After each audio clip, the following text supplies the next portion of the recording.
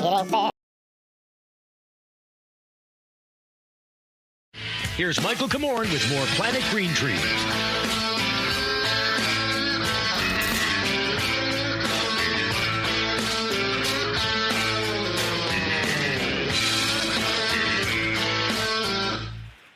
They all had to get their photo.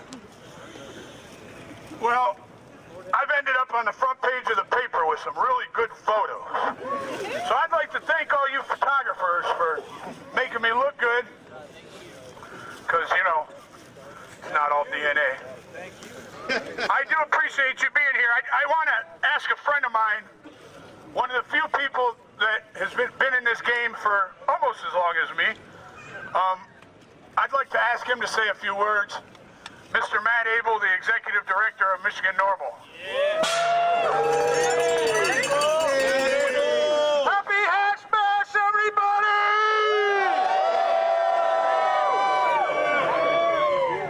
It's a big honor for me to be actually the first speaker here after Adam Brook. I had no clue.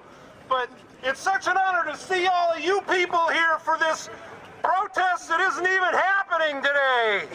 How incredible is that? The fight goes on. So remember, a lot of people tell me, you know, they say Hash Bash is a celebration, and I have to continually remind them that it isn't. That this happened after John Sinclair got locked up, and then the Supreme Court said the laws were all cruel and unusual, threw them all out, and so the legislature passed new laws. And on April 1st, those new laws took effect. And that's why people showed up here to protest. Yeah. And so that tradition carries on. Yeah. And I don't know who the idiots were who wrote that law that said you can't smoke in public. Oh shit, I was one of those people.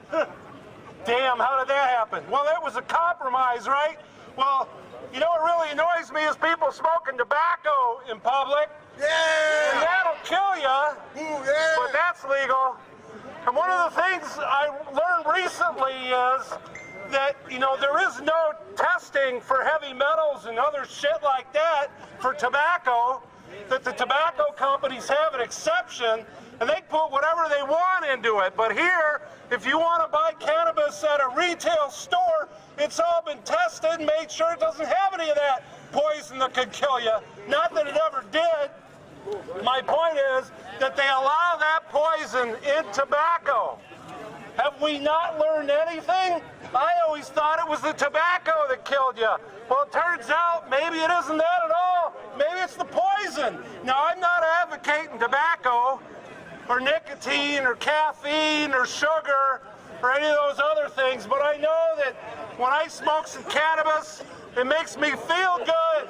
It makes me chill. It makes me enjoy life. It makes me let go of my worries. Lets me be creative. Lets me be not afraid to get up here in Ann Arbor on the Diag on the first Saturday in April and yell at everybody, Happy Hash Bash! I've been informed that our hero, Mr. John Sinclair's in the house! He's up here!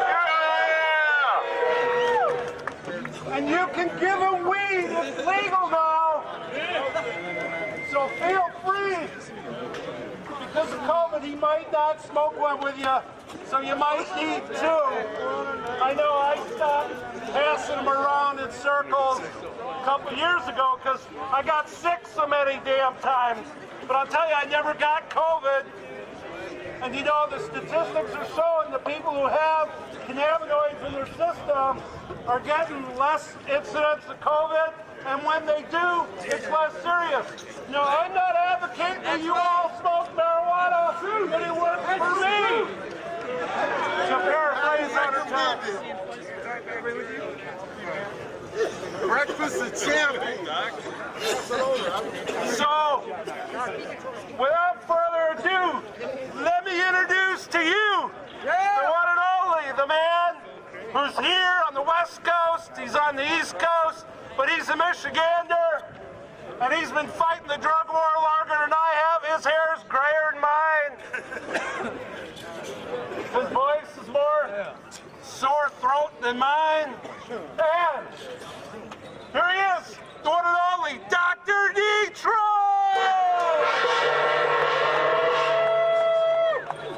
Boy, am I grateful to be with you. I'm loving our connection from the cannabis, from the sacred herb, from the weed. We need to free the weed and free ourselves and be free and be happy and be calm and have an attitude of gratitude.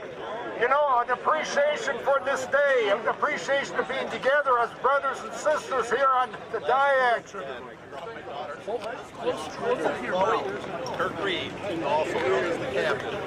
All right, gratitude for our lives, for the sacred herb. You know, a thankfulness to be here today together in our solidarity. We're leaders of human consciousness and human evolution. We're healing ourselves. We're doing emotional healing. We're healing the inner self so we can have inner peace. The sacred herb gives us inner peace. We're able to handle our lives. We're able to accept what's on our plate. We're able to not only accept the happy times here at Hash Bash, we're able to accept the blues, the sad times. We're able to accept all of our life, all of our feelings, all of our family, all of our neighbors, everyone, all species. Please heal, love, embrace, accept. Have radical acceptance of yourself and life itself through the sacred herb. There's a spiritual side to cannabis in all of us. There's something deep in our souls in all of us. There's psychological healing in cannabis, not just medical. We got to heal the planet and get along and have a live and let go attitude, but first accept ourselves and then accept life. And have gratitude in your heart. I leave you with the words of gratitude and self-acceptance. Love for self, love for society. It's a love drug, folks. Free the weed. God bless Dr. Detroit.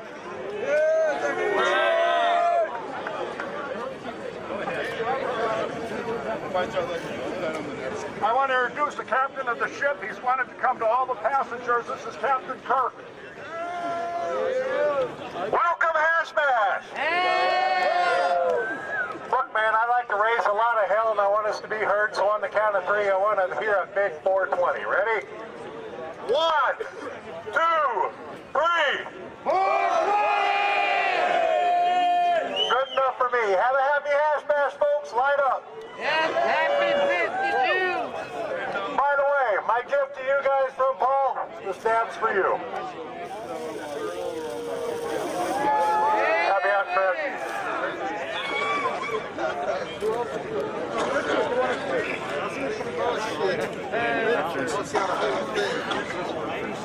That was a little better, okay? Yeah. Those 5 instructions. You introduce me and then I'll just talk some shit. Mr. Richard Clement. Oh. Greetings, greetings, weed warriors. All right. Let me ask you something. Hey, give me a W. W. Give me an E. E. Give me an E. E. Give me a D. D. What does the spell? What we want. What we need. What the people agree. Free the weed. What the jobs we need, because the people agree that the weed shall be free. Let we them ring. Let we them ring from 420 on the Diag to 420 on the Equinox. Let we them ring. All right, people. Hey, we just a long fight. It's been a 50-year fight. We came a long way. And you know, this COVID thing that opened up some doors, okay?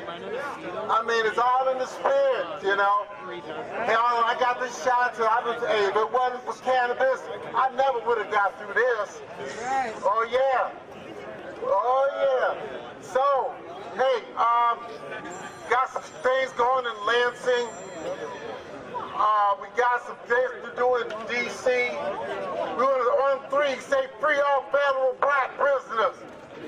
Right. Free all federal black prisoners. Free the prisoners. Free all federal black prisoners. Free all black prisoners. Free the weed. Free the weed. For the jobs we need. Free the weed. Free the weed. For the jobs we need. For the jobs we need. And the people agree. People agree that the weed shall be Stay free. That weed and ring. God bless. Thank you. I'm going to get a hand off the ball here. Got a lot of who we got? Lace. So we got Leif Al-Saidi, a finalist on The Voice, is going to say a few words. Welcome, Leif. Bring it, baby.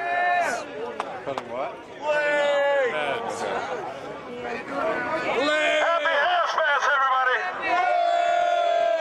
So I'm born and raised here in Ann Arbor, and for over 10 years I've been able to play you guys in with the national anthem every year. But you know, this year we're gathered here for this protest, and I want to remind everybody, because some people think this is a celebration. We've made some progress, but until all prisoners in this war on drugs are freed, we haven't done our work. Many nonviolent people that are in jail right now and have had their liberties taken away and their lives ruined by this totally uncompassionate system that criminalizes and punishes addiction and drug problems. And this is a major issue. So yeah, we've gotten far on this good fight, and there's a long way to go.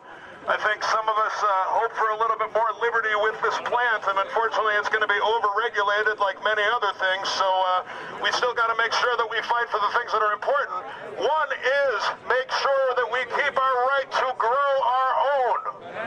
Yeah! If it's not free for us and tax-free for us to be able to grow our own plants in our own homes, then we haven't done our job. This can't be left up to the poor quality that is being provided by the legal dispensaries at this point. So, I'm sorry, but I don't have skin in the game, so I can speak honestly, and all of you that love this plant can tell that we don't have the same access to stuff that we did even 5 years ago because of the given system and the fact that caregivers have been shut out. So make sure you speak your mind. Make sure you stand up for the right to grow and stand up for ending the war on drugs.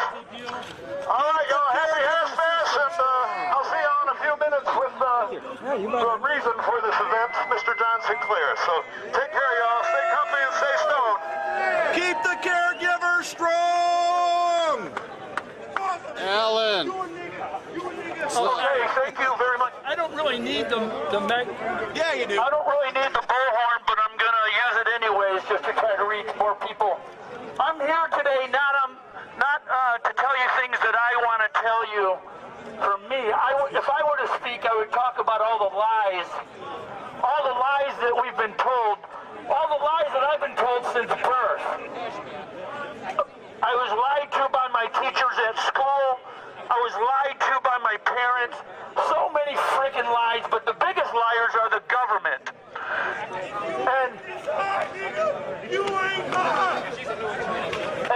But I don't want to talk about all those lies. I'm here on behalf. I want to speak on behalf of my friend Marvin. Marvin has spoken at the hash bash going all the way back to 1842. No, wait. 1492, that's the lie. Christopher Columbus discovered America in 1492. The Chinese were here in like, what year the Chinese were already here? 321. Yeah. So, I'm here on behalf of Marvin from the Party, and he's a dedicated weed smoker. And Marvin taught me one thing, and this is one of the greatest things that I've ever been taught. He taught me how to eat an apple. So I'm going to show you how Marvin eats an apple. Marvin. Wrap it up. Right. Eat an apple. I can eat the apple while other people are talking, but anyways, I'll just give you a short story. A lot of people want to talk. Inside this apple are cancer-fighting elements. It's against the law to talk about it. If you eat the seeds of the apple, it releases an enzyme which fights cancer. Marvin, when he eats an apple, he eats the whole apple, the core and the seeds. So if you want to reduce your risk of cancer, use marijuana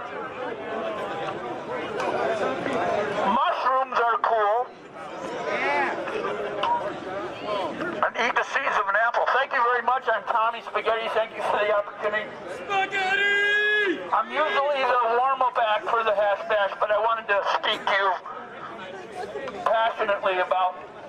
I love you. Thank you very much. Apples make good pipes! Hey! Right, apple makes good pipes. My name is Brando the Weed Commando from the Daily Dope Show. Yeah. You guys are out here. I've been coming to this hash bash since the 80s. Me too. This is never a celebration.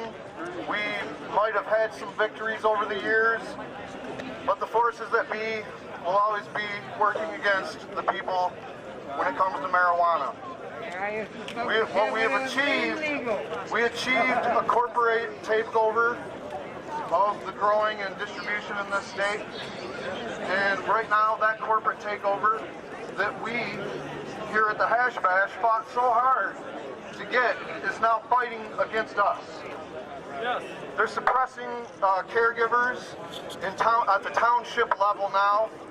So if you live in a township and you're a caregiver, you might want to check and make sure they haven't made any amendments to the ordinance that would call you now a home occupation. Because of this, I have to move out of my township and no longer be a caregiver. I'm not moving out of my township because I want to be a caregiver somewhere else. I'm moving out of my township because I don't want to live where people want to control you like that. Where people want to still act like you're doing something wrong. Right. Even though you fought for, I don't know what, 80 plus years, we fought this. We're still here fighting it. You can celebrate if you want. We're gonna win it. You can celebrate. You can go to the weed store now. You can celebrate that you can, smoke weed in your basement without the cops kicking the door in. You can even grow your own 12 plants. But just remember that the people that were here way before that, the people that were growing during full prohibition, are the reason why we're here today celebrating anything. Because we are the ones that stuck our necks out to make sure that this weed was legalized, to make sure that the injustice of arresting someone for using this plant was not accepted by society, and we turned that around. We love you! Turned it around, getting all of them released. Now we got to keep fighting because we don't have people getting expunged. We don't have, we have caregivers under attack. We have people still getting arrested for marijuana charges in this state, and it's just unacceptable. What did we fight for? But it was on the news that they cannot take and charge you for marijuana or any kind of fucking paraphernalia. We hope that's the case. That's all I got. But go ahead and celebrate, and just keep in mind that it's never over.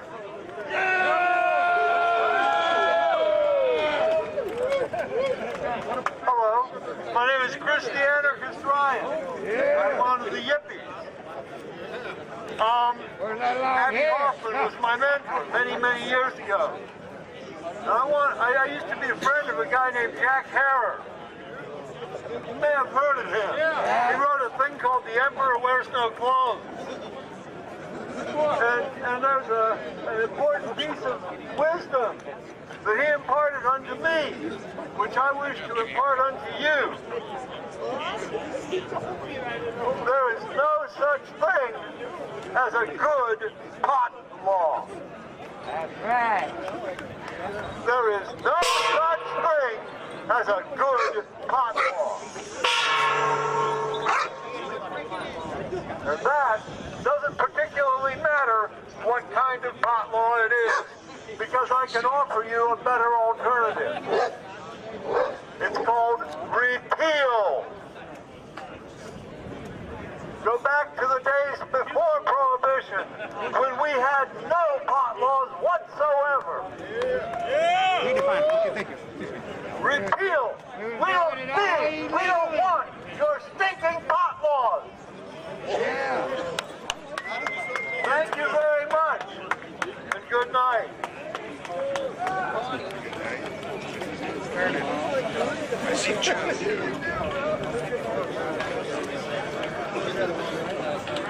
Good afternoon! Take a look around. This is history right here. 50th anniversary of the hash bash. 52. That's huge. But remember, the fight is not over. 52. All politics is local. I want everybody to go home and support everybody on a ballot that they can that is pro-cannabis. I don't care if they're running for dog catcher, drain commissioner, or just whatever, school board. Start going to your meetings. Start asking the questions. These communities, we need these jobs, we need these taxes. Let's not be here for 50 more years. Thank you. We are having fun. Yes, we are. We just got done listening to some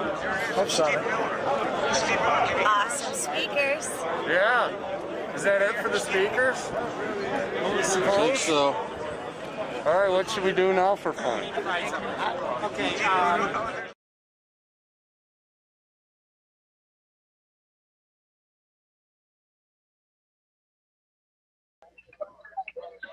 John Sinclair had a funny little conversation in that movie, U.S. versus John Lennon. Everybody can find that and watch it. And, 50 years ago today, Sgt. Pepper brought the band to play, right? And they interviewed him much later for this movie about John Lennon. John Lennon came to Michigan and walked Sinclair out of jail. He's this Beatle guy. What's he doing? These are starting to blossom. And John said, well, what you need to understand is that we were protesting the war and we were advocating for the legalization of marijuana, all the while smoking copious quantities of it. In hindsight, that may not have been the smartest thing to do, but here we are with 50 years of hindsight. What do you reckon? Yeah? Sometimes things change. I wonder if, there's a long history of the Nixon administration trying to deport, investigate, get dirt on John Lennon. I wonder if that was prior to the event you're talking about or after. Because the good argument is that John Sinclair's attention was drawn to John Sinclair from the Nixon administration. They tried to tie him up in that CIA bombing. They're wiretapping using their secret program that they had, the Nixon warrantless wiretapping program, which was later determined to be unconstitutional. Our esteemed Supreme Court Justice Rehnquist's whole plan and program that he developed for the Nixon administration turned out to be unconstitutional. But what do you say about that, Jeff Frazier? You think John Lennon and his disdain from the Nixon administration existed? Do you think it was there at the same level we know it to be before the Sinclair rally and the freeing of John Sinclair, or did that have nothing to do with it? Yes and yes, I think, and everything to do it. I think that Lennon got on Nixon's radar, when they did the whole, he and Yoko, did the bed piece and the hair piece and, but then they came to New York City, and I think that he got on Nixon's radar when they said give peace a chance, and they had this big rally on the, in the Washington Mall. Nixon looked out his window and there's 1 million people in the protesting the Vietnam War saying give people a chance. So the hackles went up. It would be interesting to see an exact timeline, but from what I see in this movie, U.S. versus John Lennon, that after the rally, the Free John Sinclair rally, Hoffman and these guys wanted to continue. They wanted to go to the Republican and the Democratic National Convention, and so they became a real focus. As if the blowing up of CIA offices in Ann Arbor wasn't enough to kind of draw some focus. After the Freedom Rally, that's when Lennon was getting really scared. His phones were tapped. He was hey man, I'm a little in over my head here, and he refused Abby Hoffman's invitation or withdrew his acceptance to go to become that much of a public figure, and they just came down on him. They dug up some 15-year-old marijuana bust and issued a deportation order. And not only, I mean, it's amazing how much jurisprudence this one, series of incidents right there in Ann Arbor, in Michigan, in 1971, 70, 71, 72, that it all coalesced. It's amazing how much was going on and how much jurisprudence actually came out of it. We know the People versus John Sinclair, which is the Michigan State Supreme Court case that came out after he walked out of jail, saying that there is no rational basis to treat marijuana like a hard drug or to classify it with the opioids or any of that nonsense, resulted in a diminution of penalty. And then they carried on, something that we need to, clearly we learn from and fight. But there's also this case of the United States versus the United States Federal Court, which dogs are at me, which stood for the premise that domestic wiretapping by the CIA is illegal, unanimous, and as you mentioned, when that started coming up, similar line of appeal finally got to the Supreme Court, and they were ruling on it. Then you have the Watergate break-in, which was not about planting bugs; it was about unplanting bugs, because all of a sudden this CIA domestic wiretapping was going south. So you've got it. Okay, and then one more. I have to track this case down, Michael. This would be a fun one to look at. Is the actual immigration case of John Lennon, when after he's singing "Give Peace a Chance" and after he's singing John Sinclair out of jail and all this other kind of stuff, they revoke his visa and say, you're going home. We don't need any foreigners coming over here and telling us how to run our wars and shit like that. And so there was a long battle, long fight in the administrative level, in the immigration courts and stuff like that he ultimately won. But there was a case that went up to the D.C. Circuit Court of Appeals, federal, on the John Lennon revocation of a visa, and the Court of Appeals there wrote and held that it is improper to inject political calculations in the visa decision, and that's powerful precedent. I cited it in a lawsuit I brought against Condoleezza Rice and George W. Bush White House, because they were revoking visas based on things like, well, this guy's a lawyer who sued Pfizer, for example, and so we're going to revoke his visa.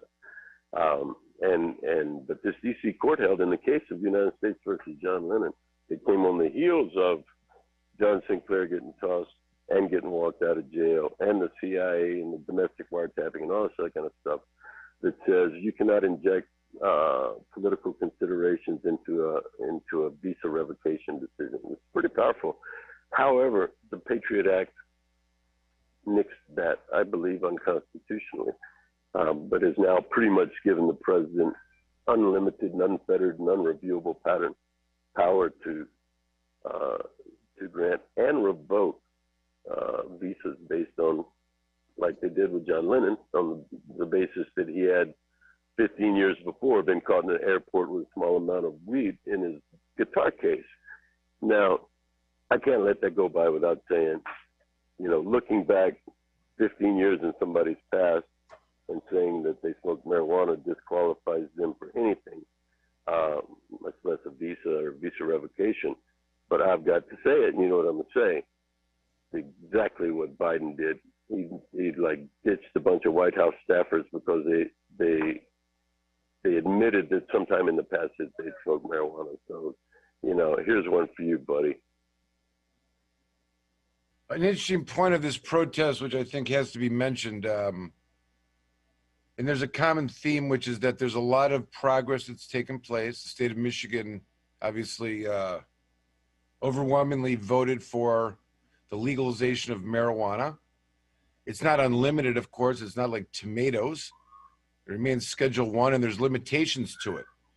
Adam Brook even said you can't smoke in public, which is what's taking place in the Diag right now, is a protest, an illegal act against an illegal act intentionally done for the purposes of showing the government the illegality and protesting and being willing to be arrested for that. You know, no, but obviously Ann Arbor is the place to be, and it's gone on, and there's a understanding there. But it can't be ignored that there's a lot still to protest. Obviously, the scheduling of the Schedule 1 remaining, and that of course circles back to our lawsuit. John Sinclair is the plaintiff, and the Supreme Court of Michigan's conclusions back then that it's irrational to define marijuana the same as these dangerous drugs. It's not a narcotic, and it's certainly not Schedule 1. And, you know, there's the good argument, Jeff, that the entire, that was the other lawsuit we were going to file, right?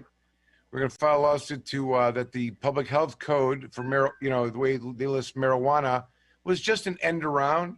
It didn't conform with the Sinclair opinion.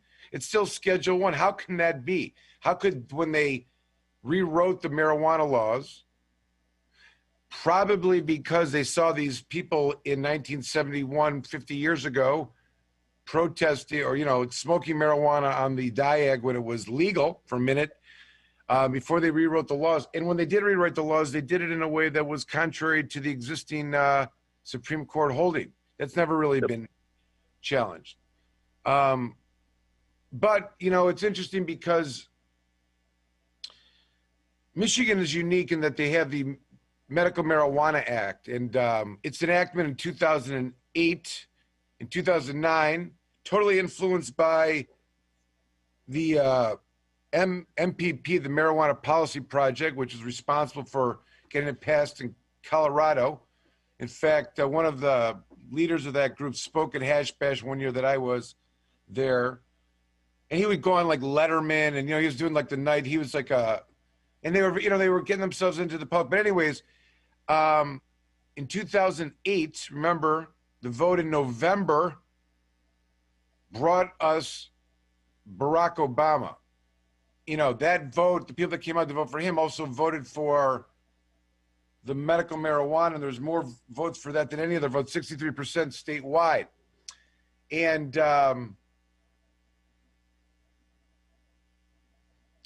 the dynamics, I think, changed because at that time, the Justice Department was still raiding states that had dispensaries, that had, large-scale grows. This was on the radar for all of the DEA and the Justice Department. There was raids in California, 2006, 2007, 2008, even 2009. The Bush Justice Department was just going crazy. They raided Oaksterdam, I remember. They raided Steve D'Angelo's place, Harborside.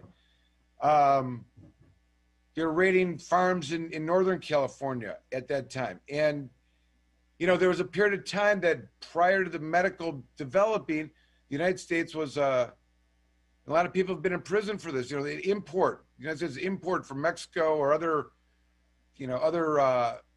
parts of the world, and we know of the type of marijuana that was around then. You had your Thai stick, you had your Acapulco Gold, these are like the original strains, right? You had your Monkey Paw, I don't remember that, was like a local strain, Michigan actually.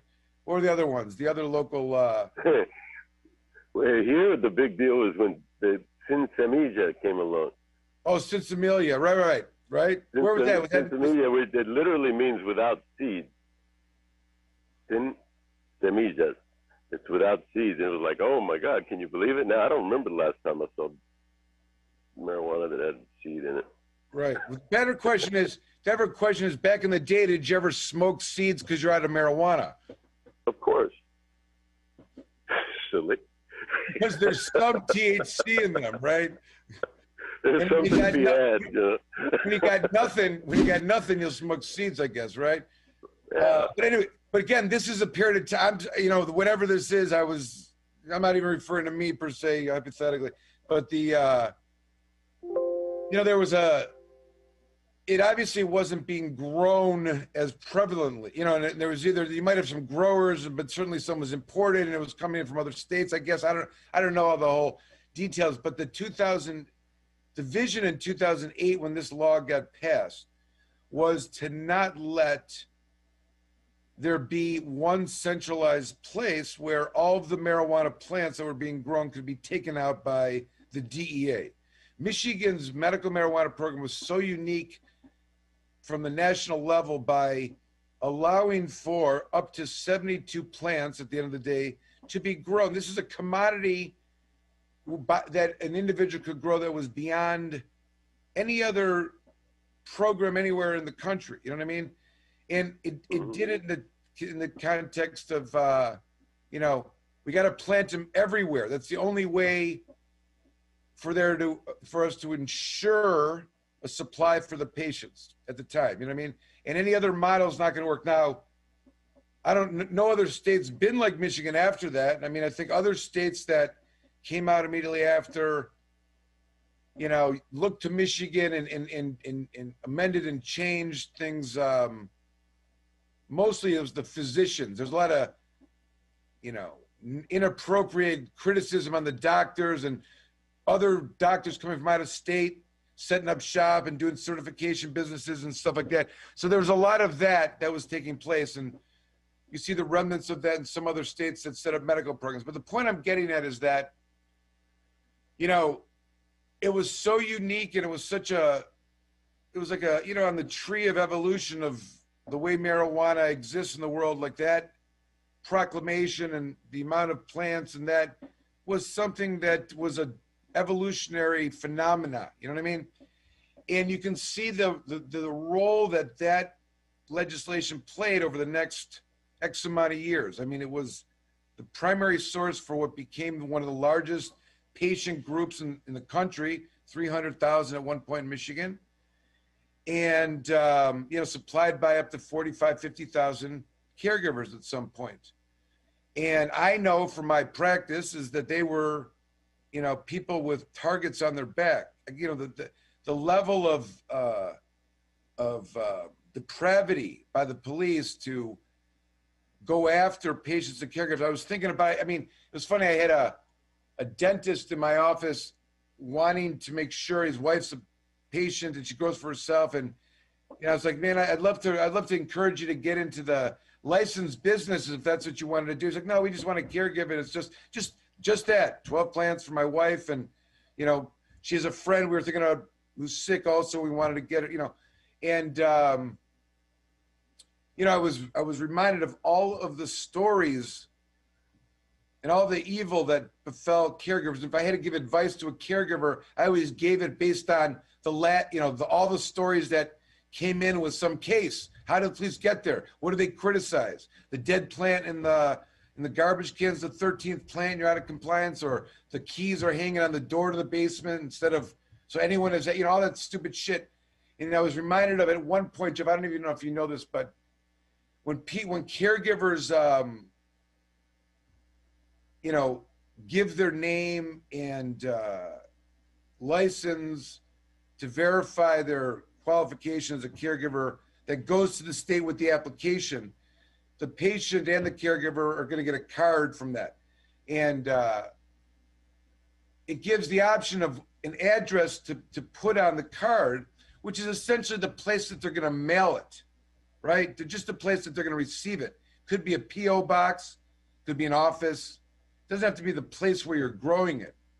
So And I was reminded of telling that story to this couple that had just wanted to know how they can grow their 12 plants and what were the limitations of it. But there was a time when there'd be a traffic stop, cops would get a card, see that they're a caregiver, see the address on the card for the caregiver, and get a motherfucking warrant and go to the house from a traffic stop. I mean, that was a play by Sinclair County all the time. I could think of, I remember the case in Shiawassee. They pulled over this husband, and he's like, the next thing you know, there's a convoy going over to the house. They got his phone. He's driving in between these cars. They're like making him go there and stuff. I got that case thrown out in Shiawassee, but well, have the raids the raids stopped? Is it just since since Mertma or since the MMFLA that those horrible raids that we fought have stopped or diminished or gone elsewhere, or they still raiding? What's that? What's up? I think that the home raids have lessened. We don't have nearly as many calls. Oddly, there's a number of cases that are still being issued as felonies, which don't make any sense. There are still the issues. I think people are because you can grow 12 plants legally, all of that suspicion of probable cause of marijuana being grown there no longer exists. But it doesn't mean that it's still not an issue. And here's what I was really getting at, Jeff. It's a good question. I think that, and I'm talking about caregivers. That's what I was talking about. Caregivers, their neck in the line. This protest to me is a lot about that. They've been the ones targeted. They're the ones that have been overlooked as the source when they had these, illegal dispensaries and places that were tolerated locally. I remember times I would be in Washtenaw Circuit Court defending a caregiver when down the street there's a dispensary that they don't give it, nobody gives it. I'm like, how do you think they get their cannabis? Where do you think it's coming from? You know what I mean? And in the city or county over, if they even thought you were taking your quote unquote overages to a retail place, they would raid you and take all your stuff anyways, right? And this is the way it was. I mean, $25,000 one year, 2012 or 13, out of the mouth of the retired police officer, state police officer that trained the forfeiture back when it first became a thing, that it will be your worst enemy if it's abused. And that's clearly what they did. And the caregivers were the ones that were put on the chopping block in just a ridiculous, yes, it has reduced itself, but then of course, what? After they passed legislation, which the MERTMA, the medical, the licensing, the MMFLA, the Licensing Facilities Act, they didn't need to create a new supply chain. They had these caregivers, 50,000 of them. They said, screw you. And then they needed them because there was no place to get a source. So they left for 2.5 years, caregivers. And then what happened? This is the point I'm getting at. This is just a history that is, who is that? Jim Powers? Is he on there now? I see Jim Powers. All right. Jim, we're talking about caregivers and the need to protest. And why we're protesting. All right, folks. And we're taking off. All right, folks. Here we are with the notorious Captain Kirk. And give us a couple of words about today and tell our viewers what you think. Basically, out there for those activists and people out there that are still in jail, cannabis plant. It's where Free the Weed's coming from. How good to support Johnson. Also to support the caregiver system. We don't want that to go away. So we're out there to spread those messages and free the weed. That's basically why we're here. Awesome. And so I understand that were you able to watch all the 1, 2. We were. Which was your favorite? Probably. I think you did quite a Jimmy, bit. I see you. Hello. Well, just trying to motivate everyone. I figured there was enough people talking about the reason why we're here and kind of break up the monotony. And also, we're also here about the plan, make sure everybody got a little high. So was here for that because that's what we're here to protest, and that we can do that today. Jimmy, able to do that with no issues that I know. Jeff, don't leave. Showed up today? Actually, I was, because last year there wasn't that many. This year, I would say there was probably at least 1,000 here, maybe. So it was a nice turnout on a beautiful day, and everything went real well. And, very proud of I'm Harry. not leaving. I need 3 minutes. Where's the monitor for the stream? That's it there. Jim. Yes, I'm here. By the way, you look completely. That's so badass. That fucking. Where are you at Tommy's place? I'm actually in an undisclosed location at the new improved PGT studio. Let me see a wide shot on that. That's phenomenal. No, from the camera. Like some kind of, like you're in a studio of.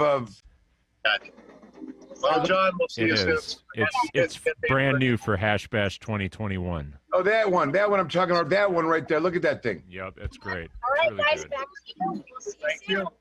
Peace.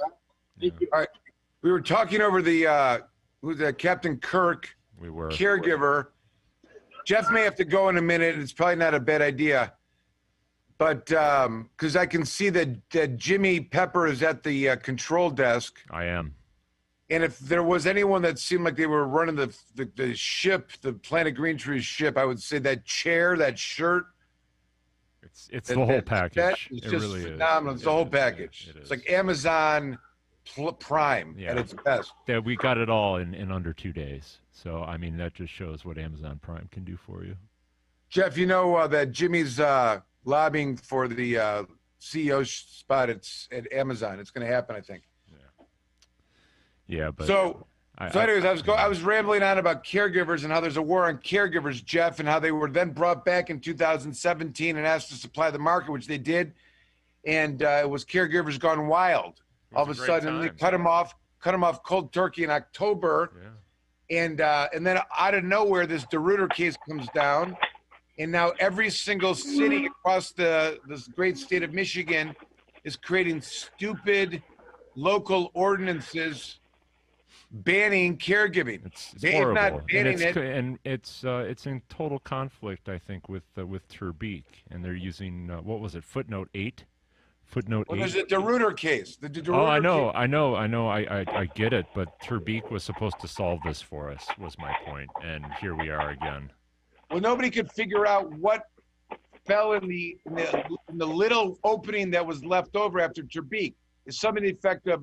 Of course, cities can still regulate activity that they normally do, but they can't ban caregiving because it's illegal federally, is what that said. But then the question became, what kind of behavior could they actually regulate? A caregiver, by virtue of their caregiver status, is private. That's right. Giving up of that information is not. But according to some municipalities, you need still need to register. My first question was, after Turbeek, the query was, what could they regulate if the behavior they're targeting is private? That seems ridiculous. But then after DeRuyter, they reemphasized that for zoning and things to that effect, which opened the door. I mean, just the fact that some cities refused to allow commercial buildings to be used for caregiving, and some cities wanted no caregiving in residentials, and that's two different choices that were made, tells you the types of disparity that is evolving now, or will continue to evolve, on how the cities are going to try to ban it or regulate it in some way. It's actually outrageously conflicted. And the problem is that it's not one that's being applied to all these cities to ban it. It's become little tiny stupid rules in each city that's different. So you've got it's like the multiple problems. It's horrible. It's horrible, and it's only going to get worse, because the mantra going forward will be, why do you need a caregiver? We have a regulated system you can participate in. Why do you need to grow at home? You can go to the dispensary and purchase it, just like medicine, and it will be a horrible, horrible thing. You know what? The problem the problem with that is that the MMMA was a law voted on by the people. The legislature didn't come up with it. Yep. The people voted for it overwhelmingly, 63%. They did not vote for this fucking MMFLA. That's a legislatively born, mutant that came out that exists. And the idea that the creation of that, which is essentially the police writing the law, somehow validates this conversation of why do you need a caregiver? Well, why do we need a MMFLA? Why do we need the police telling us how the shit's got to go down? Yep. No, I totally agree with you. But that will be the argument. It is the argument the state police, I'm sure, are already making. And you know what? I mean, if we're honest, it's a strong argument, right? It's better than the argument they had before. You know what? See, the point is, I don't know how you can be in favor of legalization and not support caregivers. Like, that's the problem. That should be the line in the sand. If anybody wants to get up and talk and have access to connection with this particular event, maybe not the Planet Green Trees, I'm not making the rules, but you know how we were talking about on Thursday night, Jimmy, that how it's become popular for some politicians to associate themselves with the legalization, even though they don't have a clue what they're talking about, right? And if you ask them, what about caregivers? They say, well, we got legalization now. That, to me, is the missing of the boat. Yep. I totally agree with you. And a lot of people would say it's not really legal if you can't grow it. So, a person that was near and dear to us for a long time named Chad Carr used to say that a lot. He sure did. And I think he was right. Well, you can grow 12 plants now, Jimmy. Yeah, for now. You can be a caregiver. For now. But, I mean, you used to be, and I shouldn't say you used to, you can grow up to 72 plants now if you're a caregiver. And at the end of the day, they're going to try to take that away from us. And I think that certainly today, hash bash, when we protest this bullshit, that we should fight back and continue to make our voices heard. And our voices are that the MMMA belongs intact as it has been, and there's no reason to touch it. And this push to combine the laws and whatnot, I know that I don't believe the MMMA has been in scope for that effort yet, but I'm sure it's coming. And when it does, we really need to fight back, or we have a whole lot to stand to lose at the end of the day. And folks that need things like Rick Simpson oil, large amounts of it, cancer patients, they're not going to be able to afford their medication. They rely on caregivers, or they rely on the ability to grow themselves. They will not be able to participate in the retail market at the current cost and still have it be a viable solution for them. You know, it's interesting that we have now the MRTMA, the regulate marijuana like alcohol. And I say, and we've talked about what does that look like? You know, like it's obviously not, it's like the premise. We want to regulate it like alcohol, so it becomes like alcohol culturally, socially, legally, right? There's going to be rules and regulations, but where it's such a disparity of organicness, you know what I mean?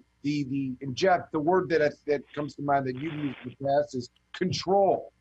You know, like the attempt of the government to control this economy and force the consumer to buy taxed government cannabis by way of one, whether it's going to be legislative away, look, for 12 years, the caregivers were getting killed. They didn't go away. They still supplied the market, right? So now what, the legislature's going to say go away? Or this city or township didn't opt in, so the caregivers aren't stopping. They're making laws banning caregivers. Caregivers aren't stopping. It's not a solution. It goes back to like the problems of the war on marijuana in general. It doesn't work. All of this is just, it's beating your head against the wall more over the scab that you have, because it's just more reasons to fuck with people over a fucking plant. And It's I horrible. mean, things don't logically flow from the declaration of the state of Michigan to legalize marijuana. You know what I mean? And I can't say that enough. I mean, it should be Schedule 1, and we shouldn't be amending any law that shouldn't even be a discussion at this point. It should be about implementing the principles there that adults aren't supposed to get arrested as a general principle. And any law that conflicts with it needs to be repealed by virtue of the enactment. And furthermore, it should be read broadly, if anything, with the specific intent of not criminalizing marijuana anymore. I don't know, someone didn't get the memo on that. We're still going to have to fight for it. We're going to have to. And I mean, let's look at just recent history, Michael. I mean, you and Alyssa and the team at Komorn Law did such a great job with this Michael Toohey case. And immediately we see the courts just ignoring it. And it will continue. And we will continue to have to protest and fight to make sure that the law is enacted as written, as well as that the decisions of the higher courts are enforced. The idea that this Court of Appeals ruling isn't impacting their decisions on locking people up because they're coming and testing dirty for marijuana during probation is absolutely ridiculous.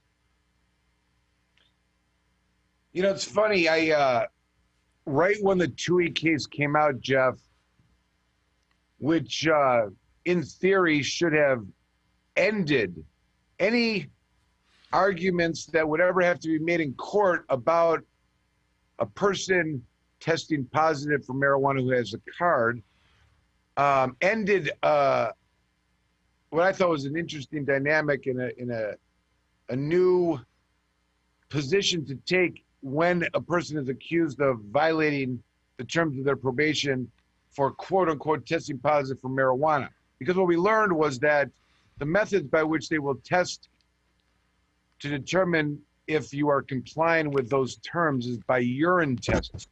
By virtue of the fact that this is waste from one's body and that it passes through the kidney and liver before it gets to your bladder to be removed, whatever you call it, it is metabolized. And that the substance that they're actually testing is not active delta-9 THC, but actually the carboxy-CoH11, which is a metabolite and not a controlled substance, unlike delta-9. And in the middle of all of this, we know that that metabolite comes from legal THC, to it, hemp, and products the federal government deems to be legal. So that is in another position that any other person can violate it for having dirty urine for the metabolite. Don't even call it marijuana anymore. That seems to be thrown to the wayside. Anyone that's suffering from a probation violation, I'm ready to pick that one up. Well, are we to understand that if you depart from the very strict control mechanisms of the MMMA, you default back into the Public Health Code and the Controlled Substances List? And if you deviate from the rules laid out in the MMFLA, the Licensing Act, that you then default back into the Controlled Substances List and are punished under those offenses. And now law enforcement is making the argument that if you don't comply with the MIRTMA, with the adult use laws, that you're going to default back into the Controlled Substances List and the Public Health Code. And so law enforcement is enforcing all violations of all three of these laws with the Public Health Code that has marijuana as a Schedule I controlled substance. Is that state of affairs? Yes, it is. Well, might we not run another ballot initiative to add 2 words to the Public Health Code in the section that talks about exemptions, and say this Public Health Code, this provision of the Public Health Code shall not apply to wine, beer, spirits, or marijuana?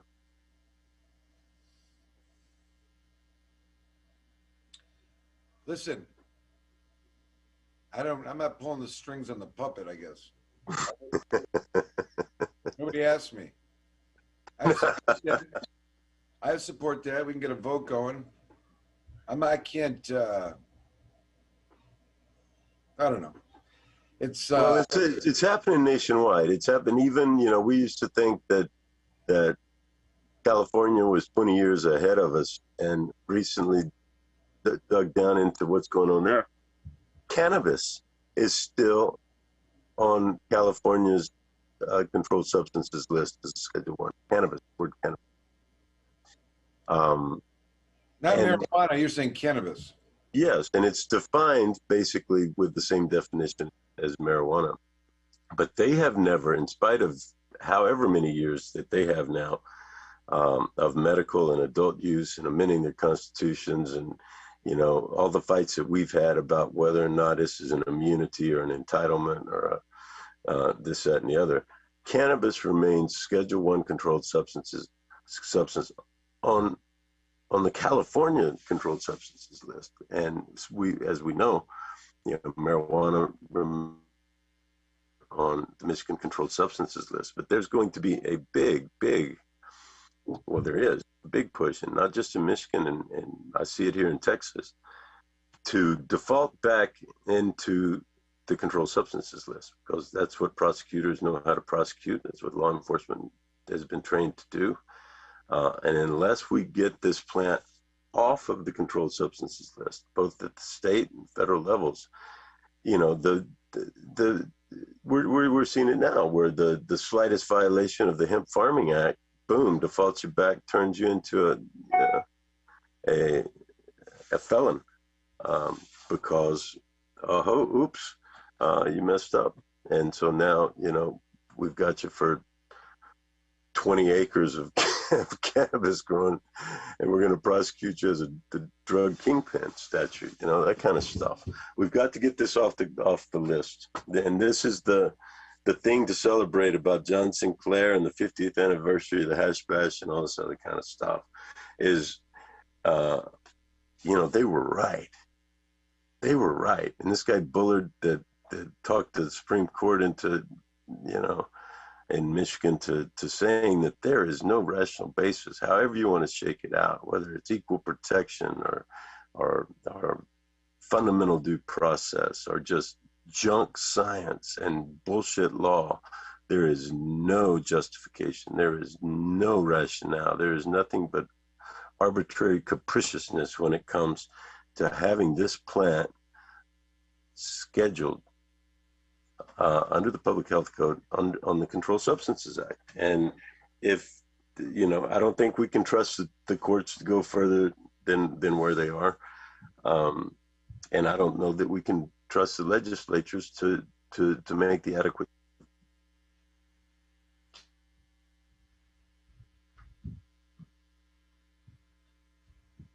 You locked up for a second. Nothing wrong with it.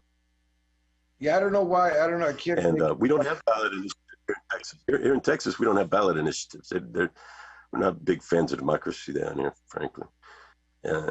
But I tell you what, man, we ought to have something on the ballot every single time, because there's this great saying from Chile, South America, por la razón o la fuerza, either by reason or by force, and if the legislatures won't move on it, and if they're captured by law enforcement, then we need to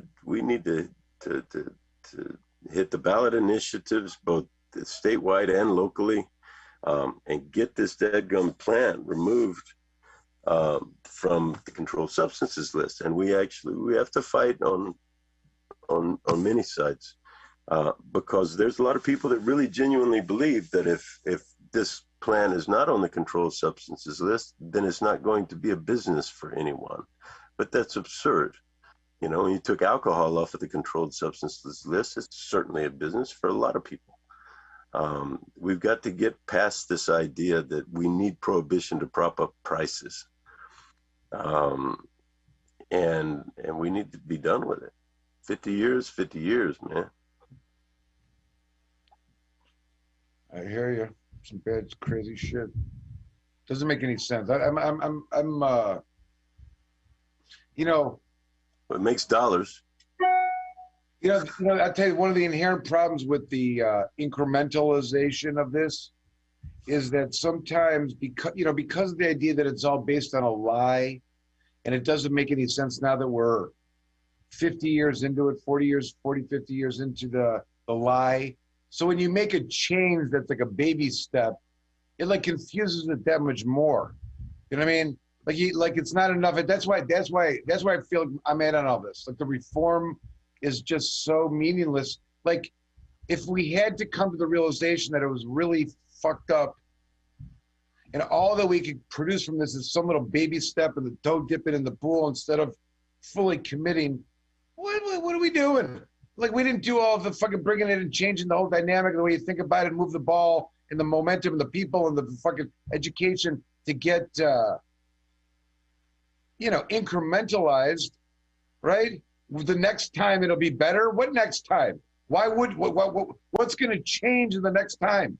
Be worried that everything that we've convinced you of is wrong. There's going to be a study that comes out that says, nope, people die from it regularly. When it's legal, children eat the dogs. I mean, what is the incremental push? You know what I mean? And the fight now of whatever the fuck the fight is unjustified because everything that's taken place is evidences the reasons why we did it. It's a no-brainer. It's unremarkable at the end of the day, right? How can we go on for 2 years now with legalization? The city of Ann Arbor got $460,000 in tax revenue, and it was like a Tuesday. No one said anything. Who cares? Like what? Like, you know what I mean? Like what's been going on all those years before that? They've been getting that money from the defendants and their possessions from their home, and the money paid from federal funding for jailing them and things like that. All of a sudden, it's and like that should be big news. They didn't want to hold a bunch of people. Yeah, it should be. And it really goes back down to, we are still under prohibition as long as we default back into these felonies. And fundamentally, prohibition corrupts. It corrupts the system. It corrupts the legal system. It corrupts the economic system. It corrupts our institutions.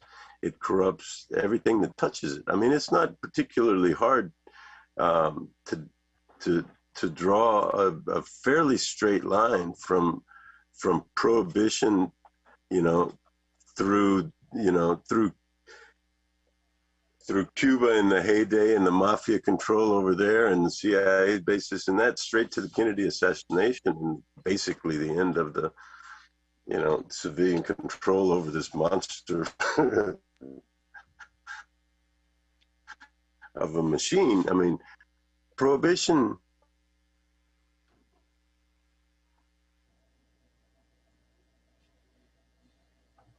corrupts, and you work so that prohibition is over. We can't deal with exceptions. I mean, we were talking earlier today, the biggest exception in the world, 13th Amendment, that abolished slavery, except as punishment for a crime. That's a pretty big exception, particularly when we have crimes like possessing a plant. You become a slave if you possess a plant. And that's what we have.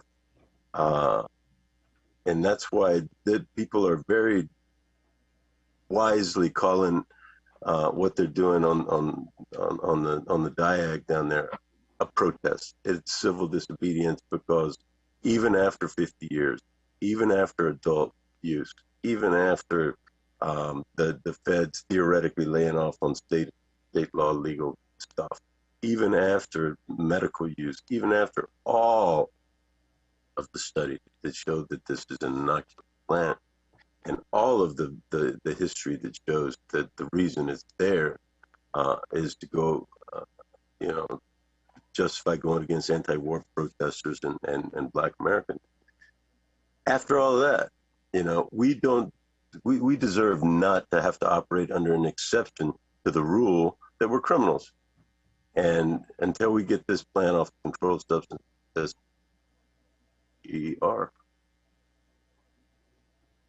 You know, I've been watching a lot of the history of Detroit and the mafia influence, you know, all the way up through Jimmy Hoffa. There was a huge, you know, Detroit mafia presence for a long time. They're very loyal. They lived in Grosse Pointe. They had the whole subdivisions and stuff. And, you know, all the history, you know, and Michigan was one of the few states initially that really blew up regarding the heroin and cocaine trade. It was one of the first places to have kingpins, and then it's carried over into these really bizarre, you know, scenarios with like Young Boys Incorporated, which are all these young kids selling crack cocaine. Anyways, I've been watching a lot of this stuff, kind of, you know, looking, and I practiced law during some of it, but it's been a long time, and they've documented a lot of it historically. There's a lot of cool channels that have stuff. But what I realized from this is that those that are capitalizing on those stories, Jeff, obviously these documentaries, I'm watching them, they're getting money from telling the stories. I'm drawn to it, but they're always interviewing DEA agents that tell these stories about these, you know, these phenomenons in our culture about the crack epidemic. And it's these DEA agents that are monetizing by writing books about it and becoming the experts on this era. You know what I mean? They become the ones that say, oh yeah, I dealt with Nicky Barnes, or, you know, the Chambers brothers of Detroit. They were, you know, like they get to tell the story because they, you know, but and at the same time, they will admit that the U.S. government would let any criminal in any country, and they would assist them in importing narcotics into the United States if they had enough influence to take over their government. This goes on all the time, right? There's no... It does. I mean, there's all of these phenomena that created the heroic DEA was fostered by our government, assisting in the importation of the illegal drug trade over and over and over again. Absolutely. And on that note, I'm being told we have to take a break. But before we do that, I do want to just thank a handful of our sponsors who are helping make today possible. We've got THC 123. So thank you so much to THC 123. I know that they're in the business of helping people find jobs in the cannabis industry and in matching companies up with great employees. So please check them out. We've got Helping Friendly Salve, who's got just a wonderful line of hemp-based products. So please be sure to check them out. I know they've got a Facebook page. And Omni Doctors, who is out there helping make sure that people get access to the sort of health care that they need, even when it involves cannabis. So please check out our sponsors, and on that note, we'll be right back.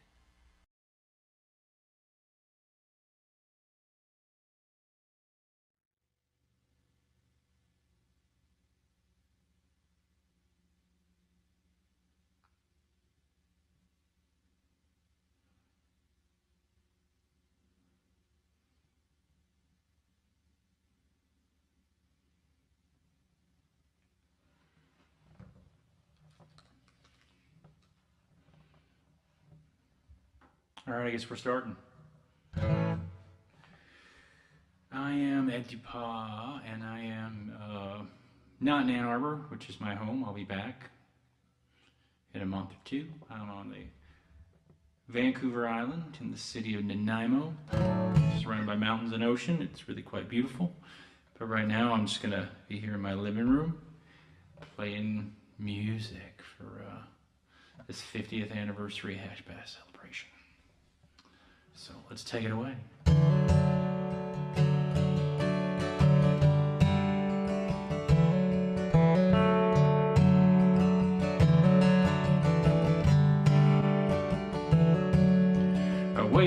in the morning, the alarm clock tells me when. Pour a cup of coffee and hit the road again. Find the nearest free. Yeah, I got places to be. That sounds like a good American life to me.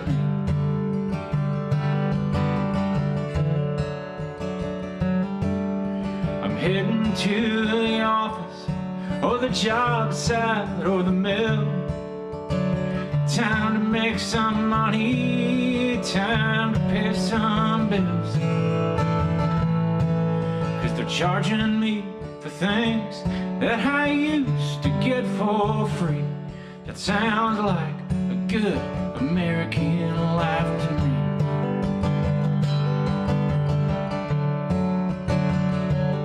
Sounds like a good American life to me. Just trying to catch my breath so I can tell myself I'm free. Feels like I'm running circles, 'cause I'll wait and see. That sounds like a good American life to me.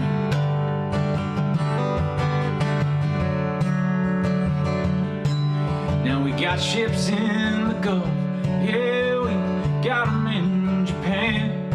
Got boots on the ground in Germany and Afghanistan. They got families and loved ones and kids they ain't never seen. That sounds like a good American life to me. Sounds like a good American life to me. Just trying to catch my breath so I can tell myself I'm free. Feel like I'm running circles, 'cause I'll wait and see. Yeah, that sounds like a good American life to me.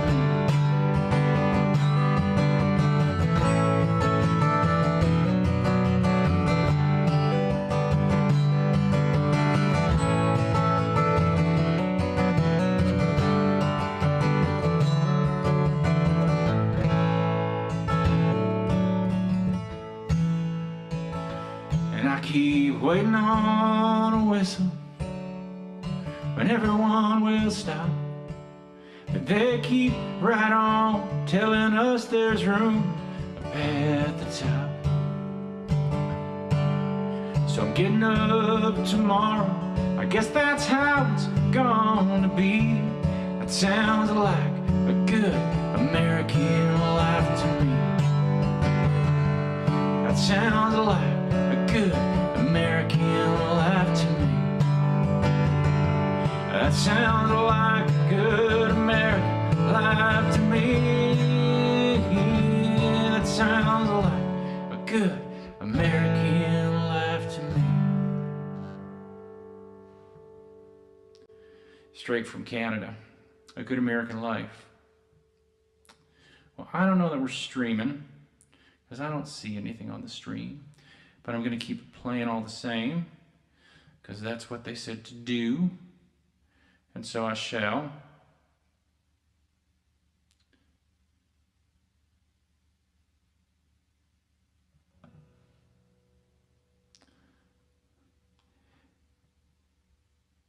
But I am in touch with the organizers.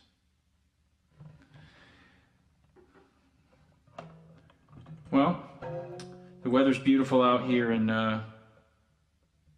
Canada, believe it or not, in the Pacific Ocean on this island. Not super warm, but steadily warming, slowly. It's not like Michigan.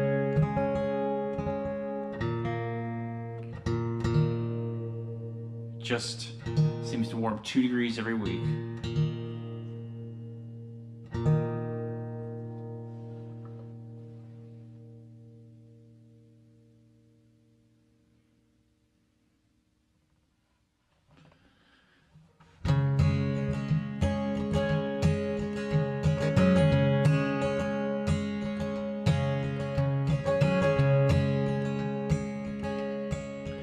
If you waltz with me, my love, if you hold me like you do, we will dance beneath the stars above in a world made just for two.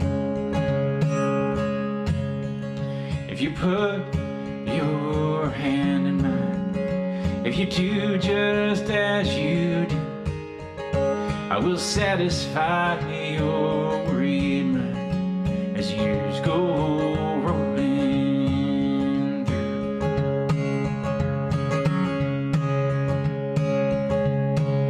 If you always come to call, if your heart was born to be true, I will catch you each time you fall. My love will see you through. No fin of roses, porcelain poses, you're holding yourself back again, my friend. But you're steady in the darkest night, when the world seems much too cruel, and you're pretty in that firelight, when the moon comes shining through.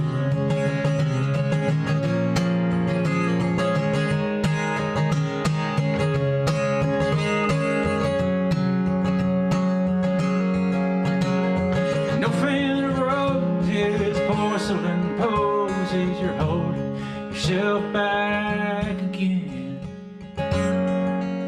my friend.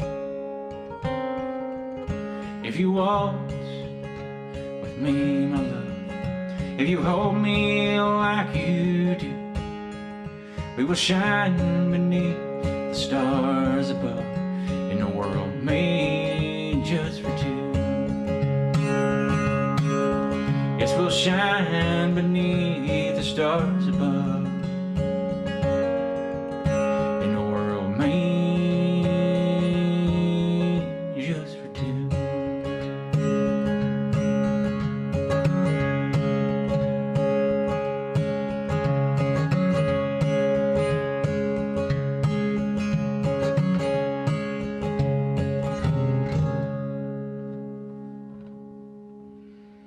It's called Just for Two, in case you couldn't guess.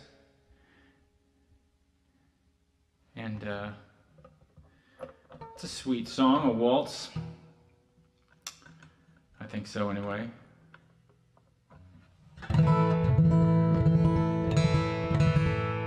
This next song I don't play very often, but people seem to like it.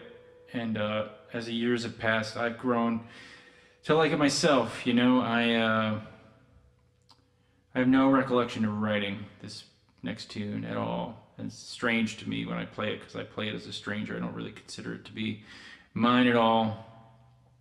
But I like it. It's grown on me over the years.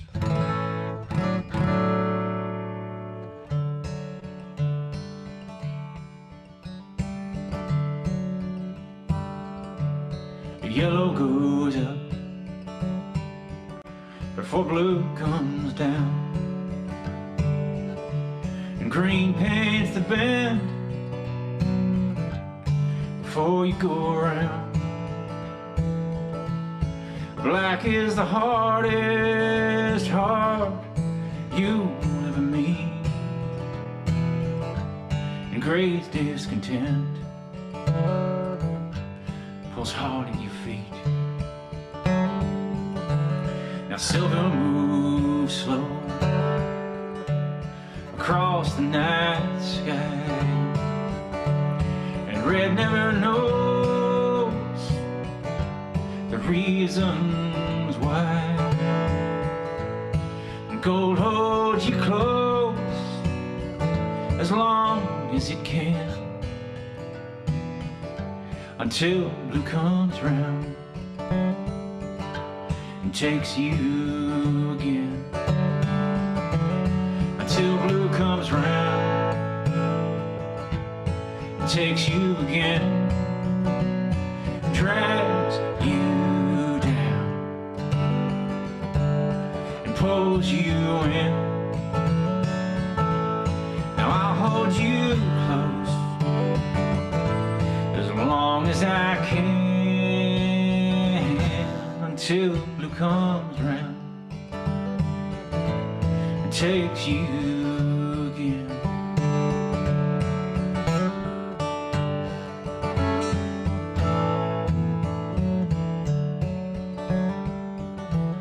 Now when the rain comes, the rivers rise, soon tears will fall from your dark eyes,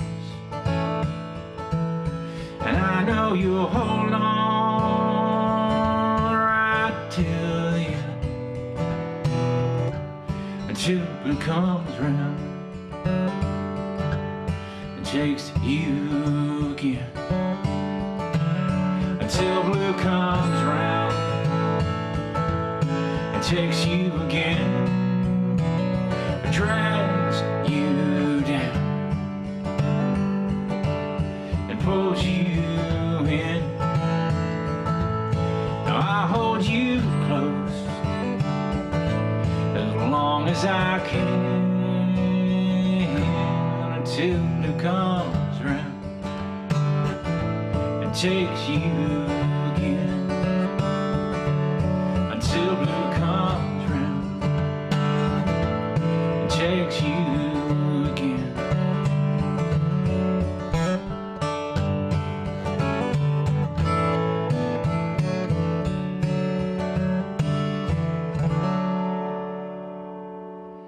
I've been getting texts from the people hosting this broadcast. Oh, okay, there we go. Do 2 more songs. All right. Well, then I shall do 2 more songs.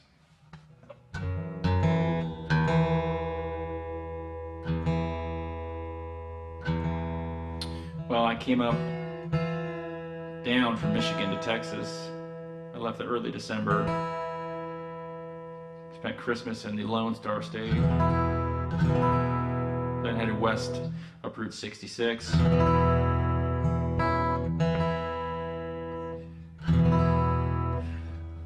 Spent some time on the coast and continued up the coast to this lovely island I'm on, and somewhere along the way I finished a new song. It goes like this.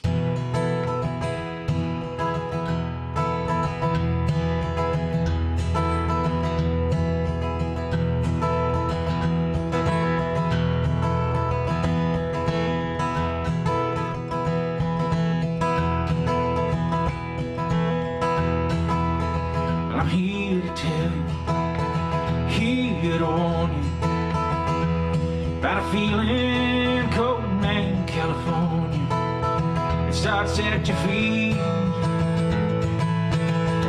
and it shines you through and through. Yeah, California, coming home to you. Town to town, year to year, you whisper between, sounds so clear.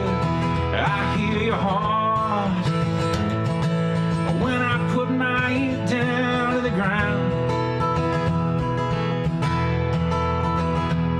But California, nowhere to be found. Up from the coast, you shine your light, and you led me straight through the darkest night. I don't waste my time worrying about the next thing life might do. Still California, I'm calling out to you.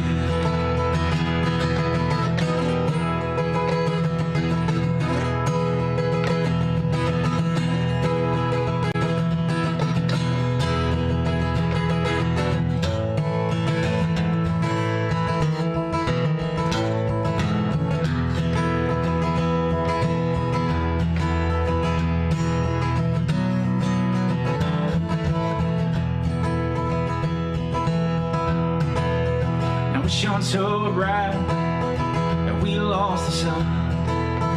But that's alright, 'cause baby, you're still one who knows my name, the name that has no sound. Yeah, California, when you're coming back around.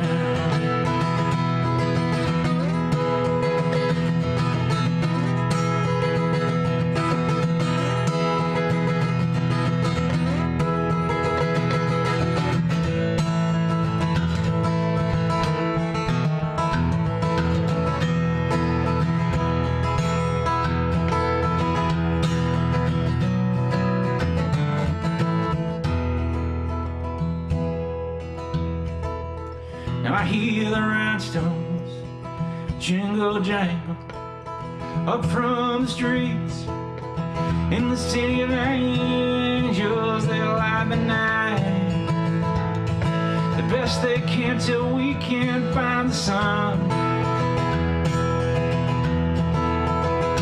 Yeah, California, you know you're still one. So I'm here to tell you, about a feeling cold named California. It starts at your feet and it shines you through and through. Yeah, California, I'm coming home to you. Yeah, California, I'm coming home to you. Yeah, California, I'm coming home to you.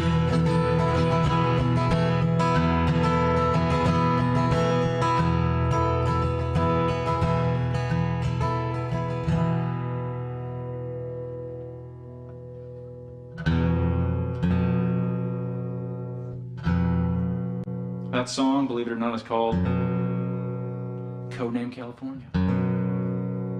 It's the first song I've ever written that has a colon in the title.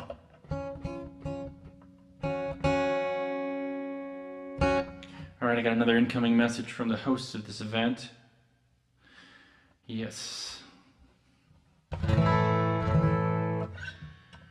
Alright. I'm going to leave you with a song that I wrote.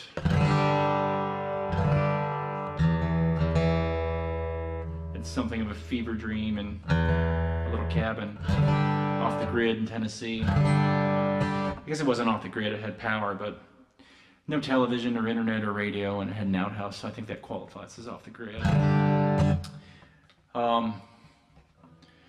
50th Hash Bash anniversary. That's amazing. And we're in a time of true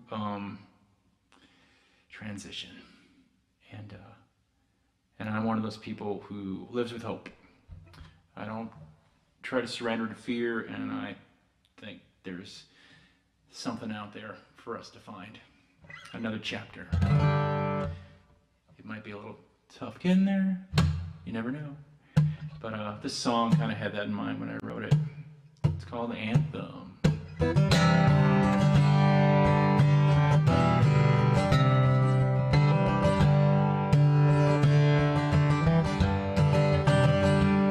Well, I do believe it's time to go.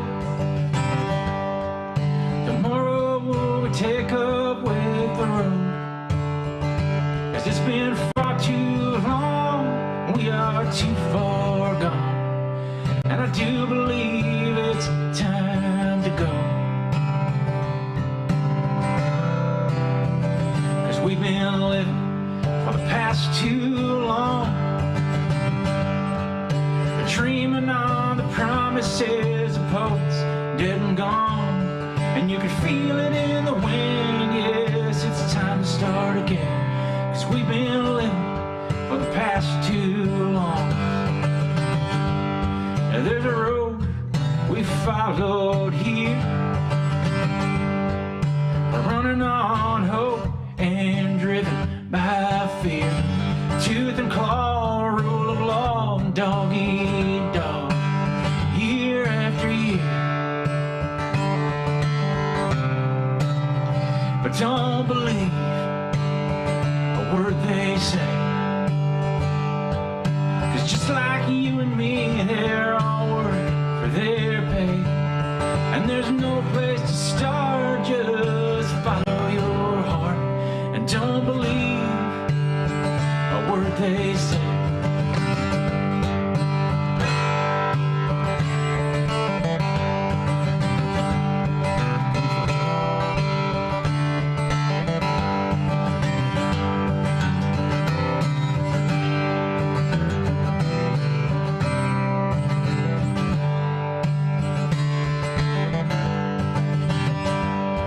There's a road laid out ahead.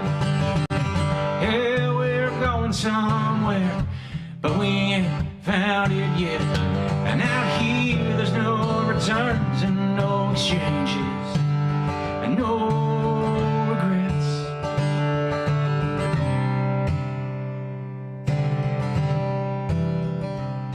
And we ain't got nothing to prove. We did what we did, and we will do what we do. 'Cause there ain't no changing, you just learn to stop playing. And we ain't got nothing to prove. We ain't got nothing to prove. No, we ain't got nothing to prove.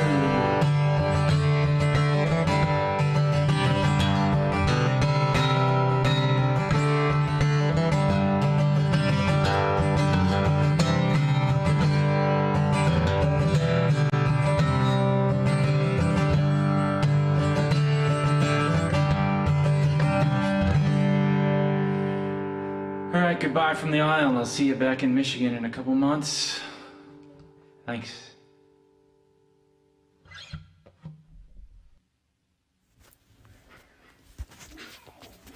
From Broadcast Bunker, it's Hash Bash 2021.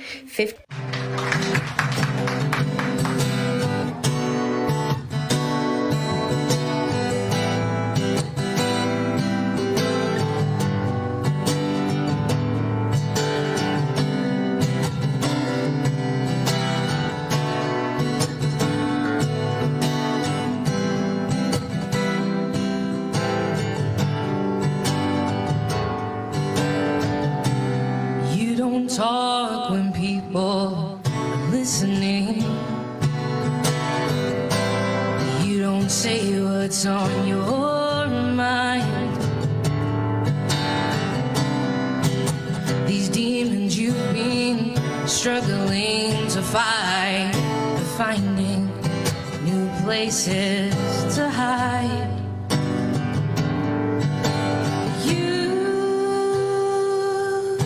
Talking in your sleep, and you've been calling a name that isn't mine, and I pray you don't dream tonight.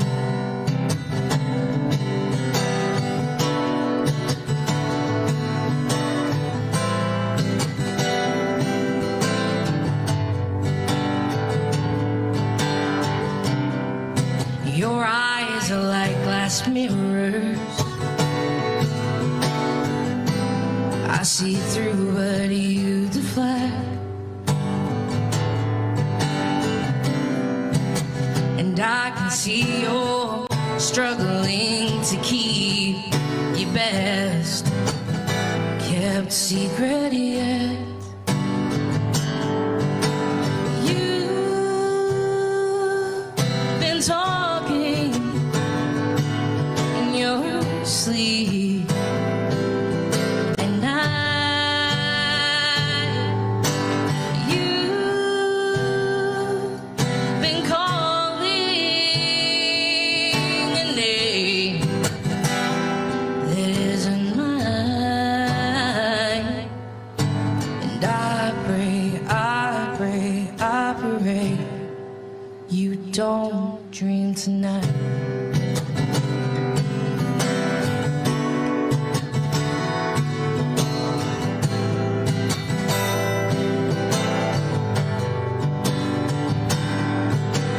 You've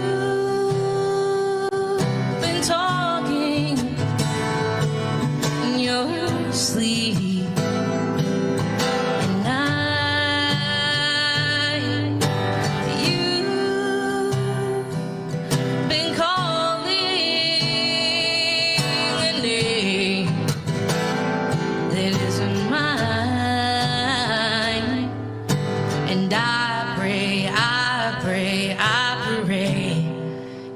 Don't dream tonight.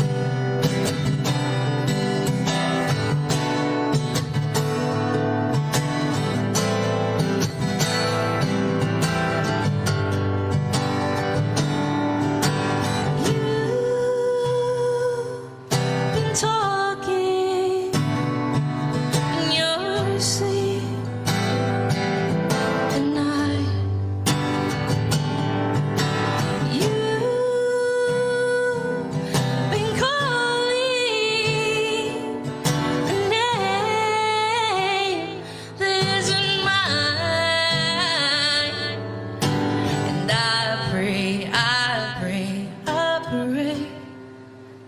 Don't dream tonight.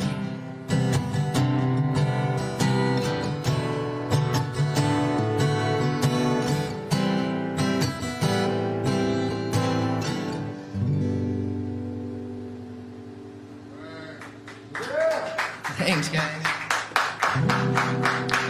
Everybody, welcome to the Hyped Up Live Sessions. Super excited to be here tonight. I'm gonna be playing some songs for you all. This next song I wrote before quarantine, obviously, because my wife still wanted me to go home at night.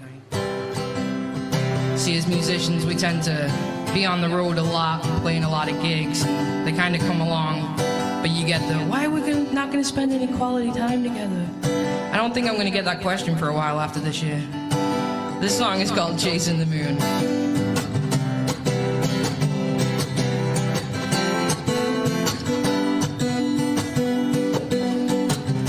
Said that you don't like when the work week lasts forever. Well, these days we seem to spend more time apart than together. Days go quickly and the nights go quickly too. I just want to spend more time getting lost with you. 'Cause these nights just ain't the same if they ain't nights with you.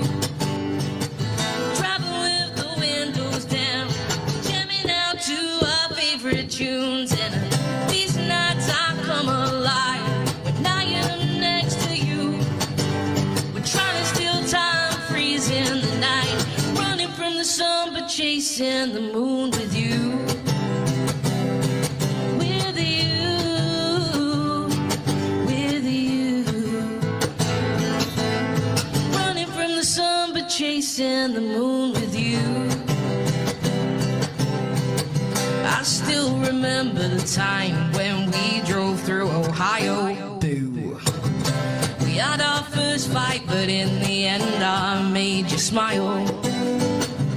It's true that sometimes we don't see eye to eye, but I always wanna come home to you at night. 'Cause these nights just ain't the same if they ain't nights with you.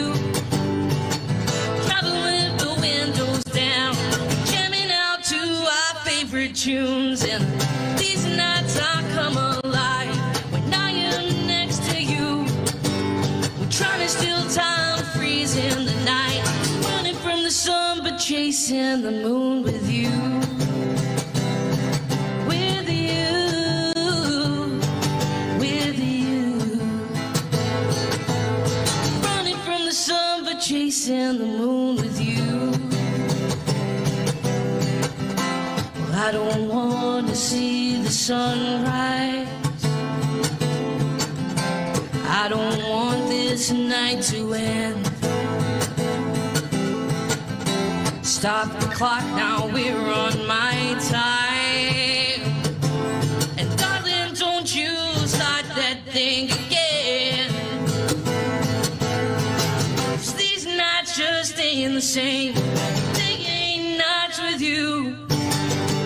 Driving with the windows down, jamming out to our favorite tunes. And these nights I come alive when I am next to you. We're trying to steal time, freezing the night, running from the sun but chasing the moon with you.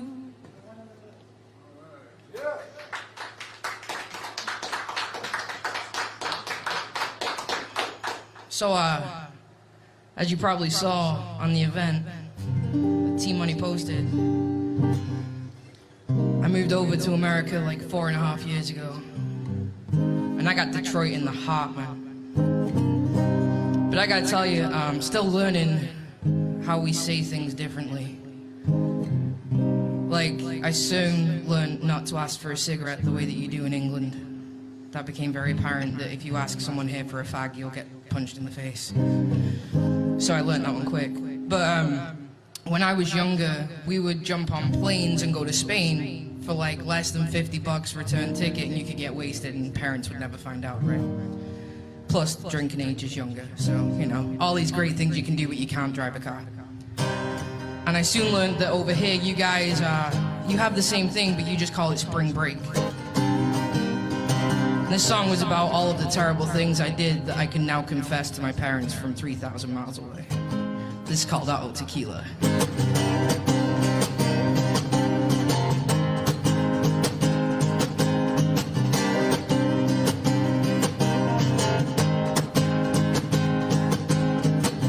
Went to Ibiza, how was I to know I'd meet ya? When you were standing with your friends behind the bar.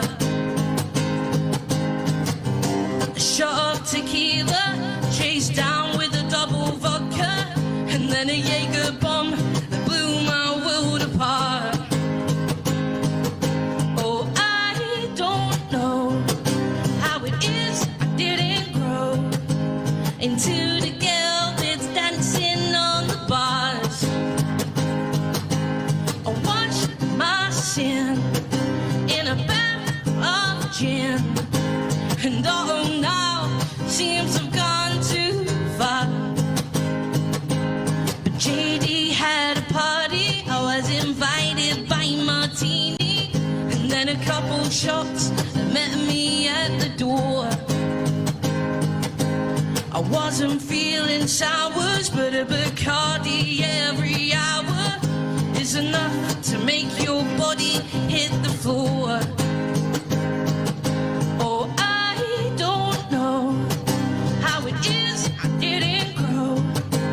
Into the girl that's dancing on the bars. I washed my sin in a bath of gin, and oh now seems I've gone too far. I came home from Ibiza after far too much tequila. It's only pain that says my liver's here. My friend said, join me for a swift one. I said, T, you've got no chance, son. I ain't drinking for another year. Till I beat the seasons here. Till I beat the seasons. I don't know how it is I didn't grow into the girl that's dancing on the bars. I watched my sin in a bath of gin, and oh no, seems I've gone too far. I came home from Ibiza, turns out I still don't like tequila.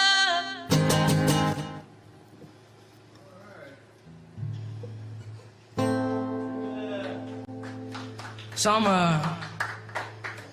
gonna switch it up right about now. About halfway through, and before the show we were all talking about our love for a certain artist. And I think especially now, because this person helps to change the world through music. We definitely need some of that. So this is a shout out to my idol.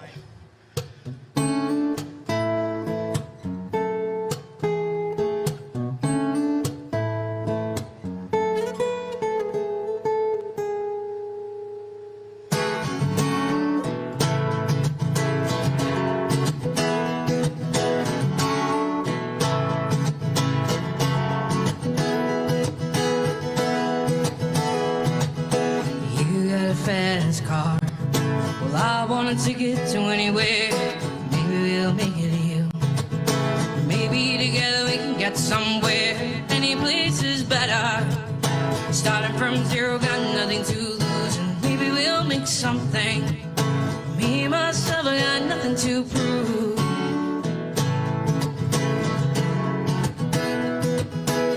You got a fast car. Well, I got a plan to get us out of here. I've been working at the convenience store. Managed to save just a little bit of money, and we won't have to drive too far. Just across the border and into the city. You and I can both get jobs and finally see what it means to be living. See, my old man's got a problem.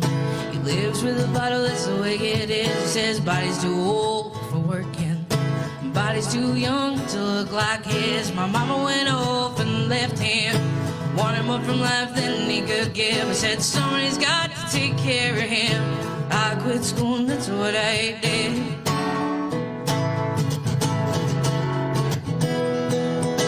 You got a fast car.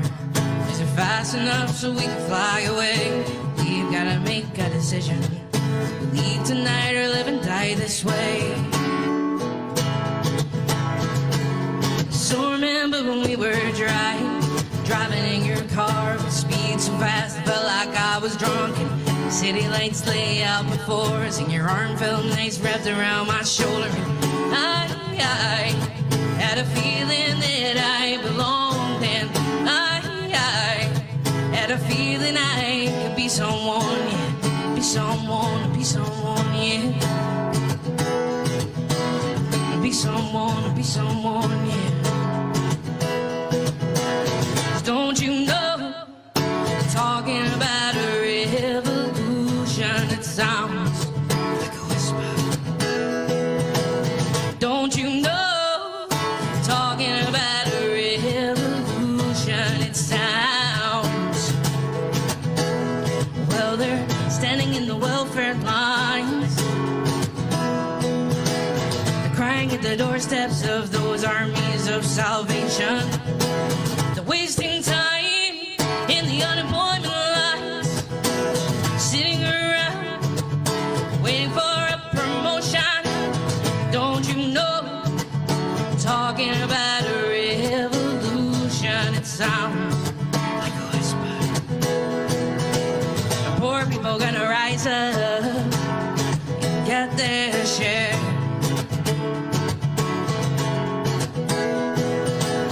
Poor people gonna rise up, take what's theirs.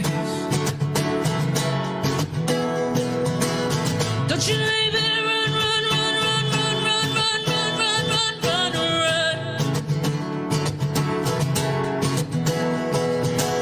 Who said you better run, run, yeah, run, run. 'Cause finally the tables are starting to turn. Talking about revolution.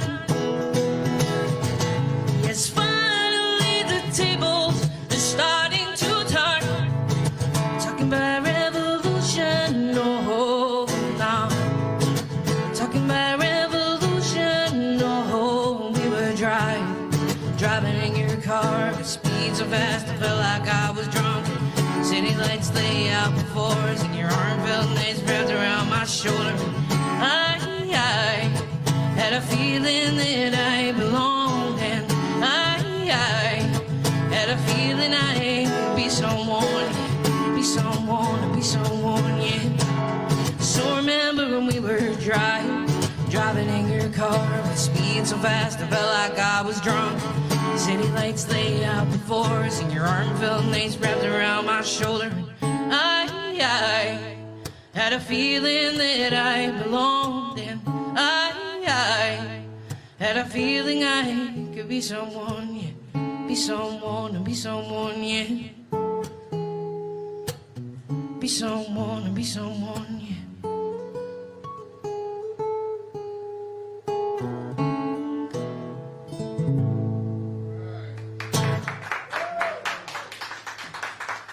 Take 89. Welcome back to Hash Bash, everyone. Up next, we have locally famous Jacob Allen Gibson. You can check him out on YouTube, but you're about to hear him live here first. Enjoy.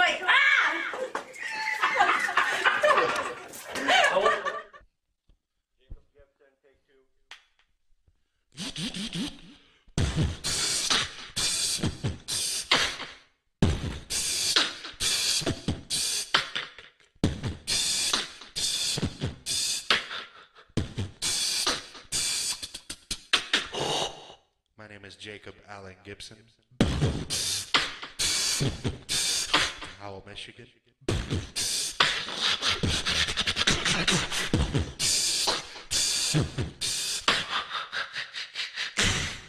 And welcome to Hash Bash 2021.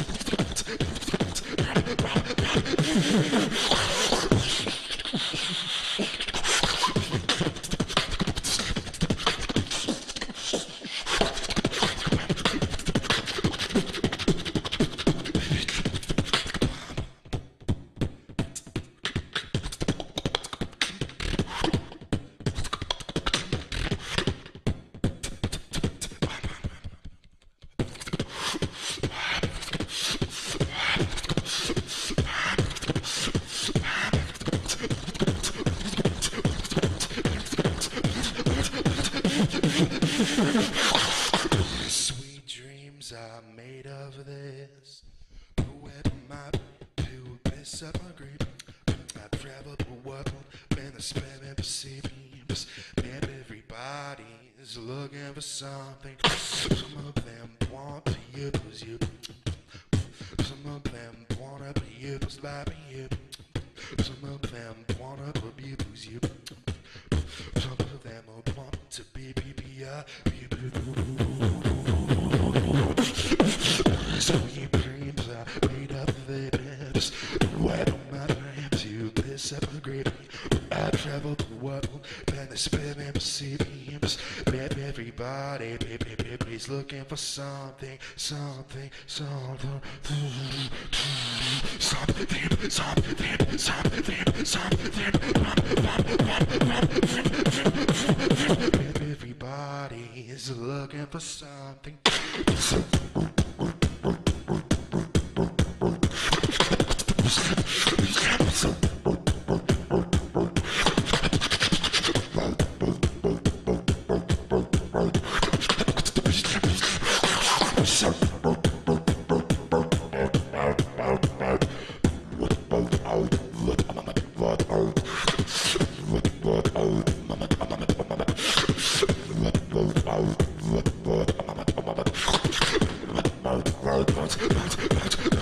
Sweet dreams I've made up of this. When my trying to piss up a greedy, I traveled the world in the 7 seas. Everybody's looking for something.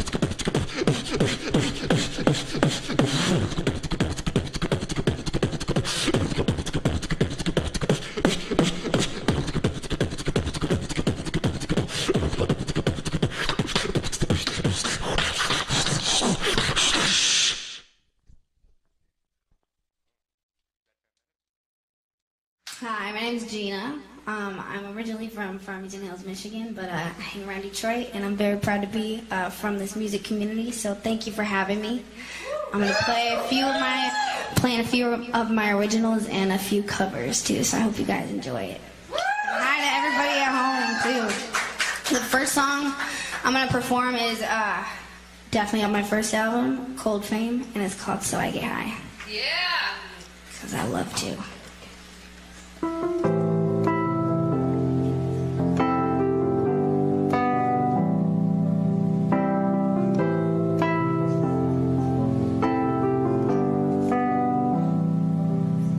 The other day to talk about the one good thing makes me feel better. Only there's a doubt I feel stronger when you're not around to keep me going on, just so I don't break down. I know it takes so long to get comfortable, but I'm bored. The scene don't change, but I can't run away and change my name. So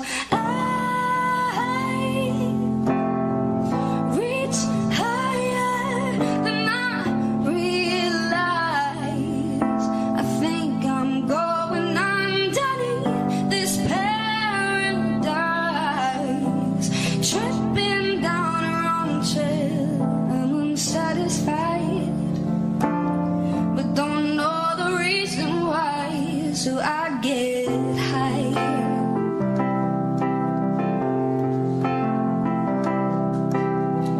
Won't stop to make you feel better. Won't seem to make me feel better. Won't fight to make me feel better. Living in color different than the others. Won't cry to make you feel better. Won't cheat to make me feel better. Won't drink to make me feel better. Living in color different than the others. I'm not invincible, but I'm right about this one good thing that makes us feel better. Hypocritical of you to say one thing and then do the other, or in other words, the advice you give doesn't do it for me. So let's agree to disagree. So I reach higher than I realize. I think I'm going underneath this paradise, tripping up the right trail, 'cause I'm satisfied, and there's nothing I won't deny. So I get high.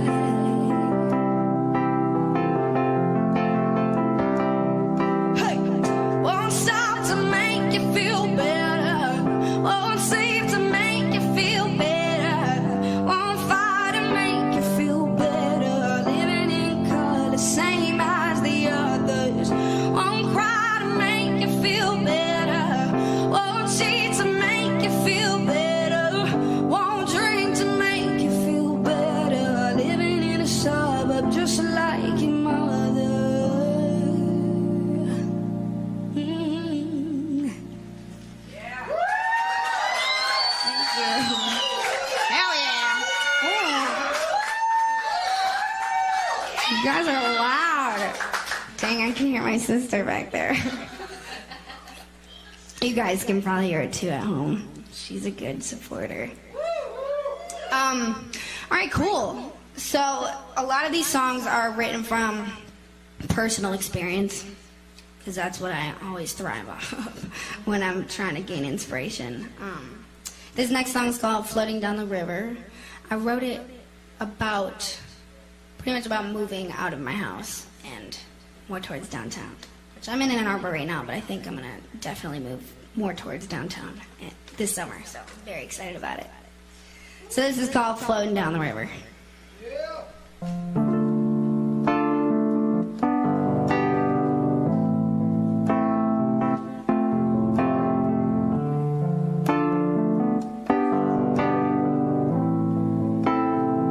Not gonna waste it on you.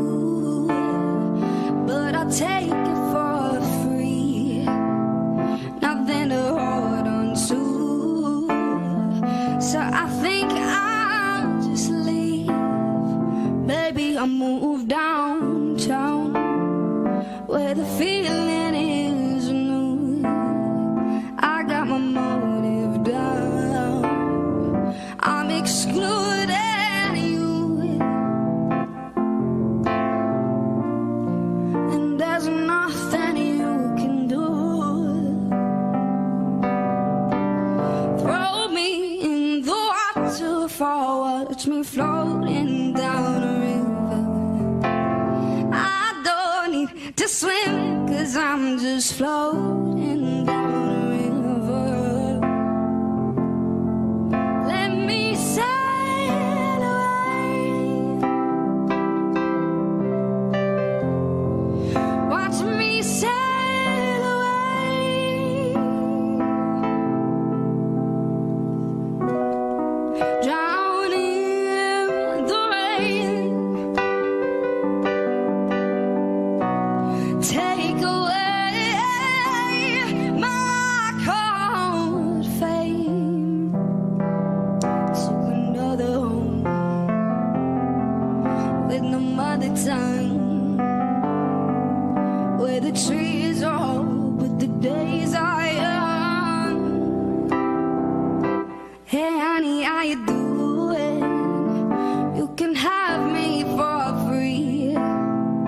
Use each other till the morning, then I ask you to leave. I can't give you my energy, I give you my love. There's some things that belong to me, and you will never be enough. And there's nothing you can do. Throw me in the waterfall, watch me floating down a river. I don't need to swim, 'cause I'm just floating down a river. Let me sail away, watch me sail away.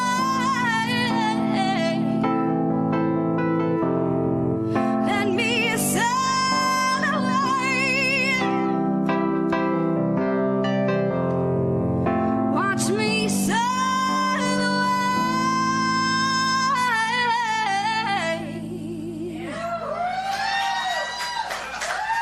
Thank you. Hell yeah.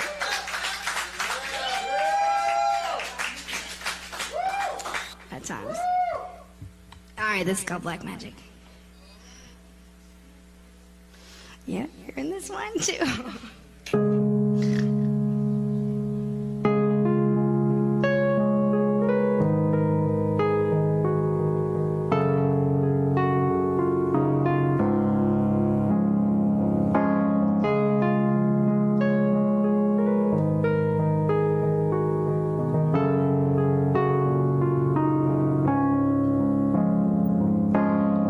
Asleep until the afternoon, out of tune with reality.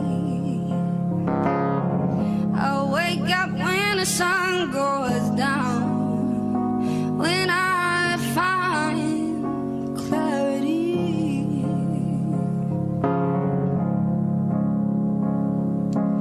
Mother thinks I'm lazy, Daddy thinks I'm crazy.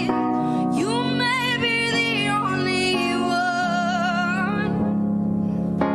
Mother thinks I'm lazy, Daddy thinks I'm crazy. I know I'm not the only one.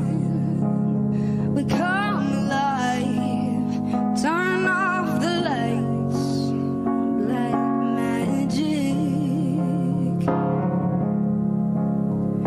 We come alive in the night, black magic.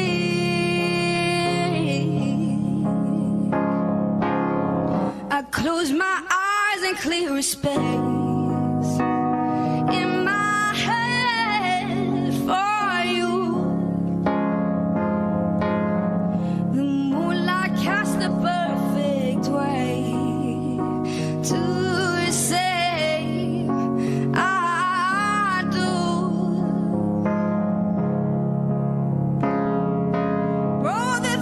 I'm wicked, tells me I'm addicted, and pretty soon I will be gone.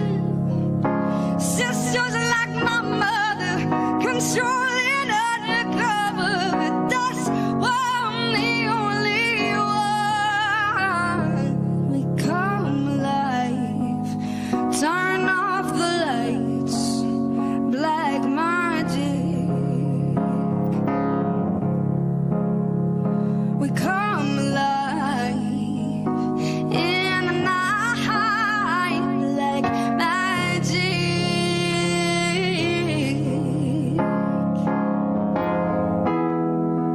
We want it our way, we say it all. Fill the night with X's on another level. Say it again, third time's a charm. We do more good than harm. You can call me baby, only if you're staying. Show me that you belong. Lovers don't amaze me, this climax don't faze me. I know I'm not the only one. We come alive, turn off the lights, black magic. We come alive in the night, black magic.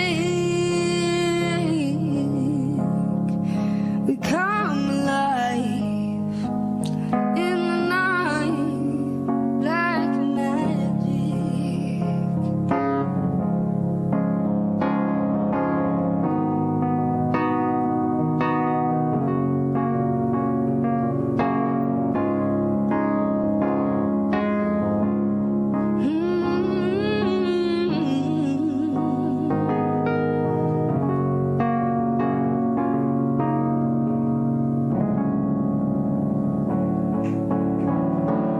Hell yeah.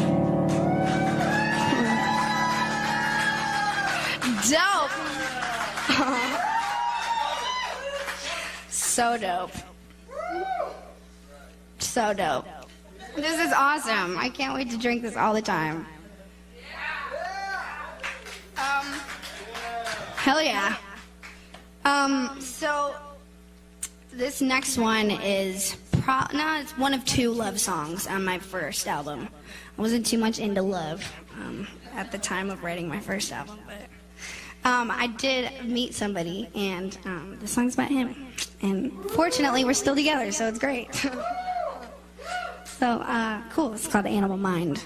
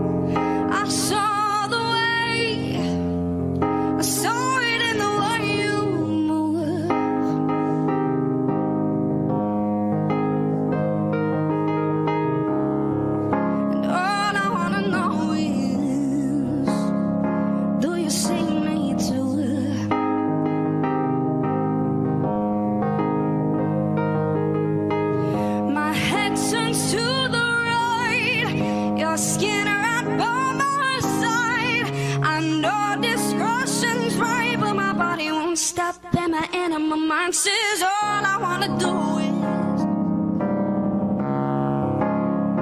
get next to you.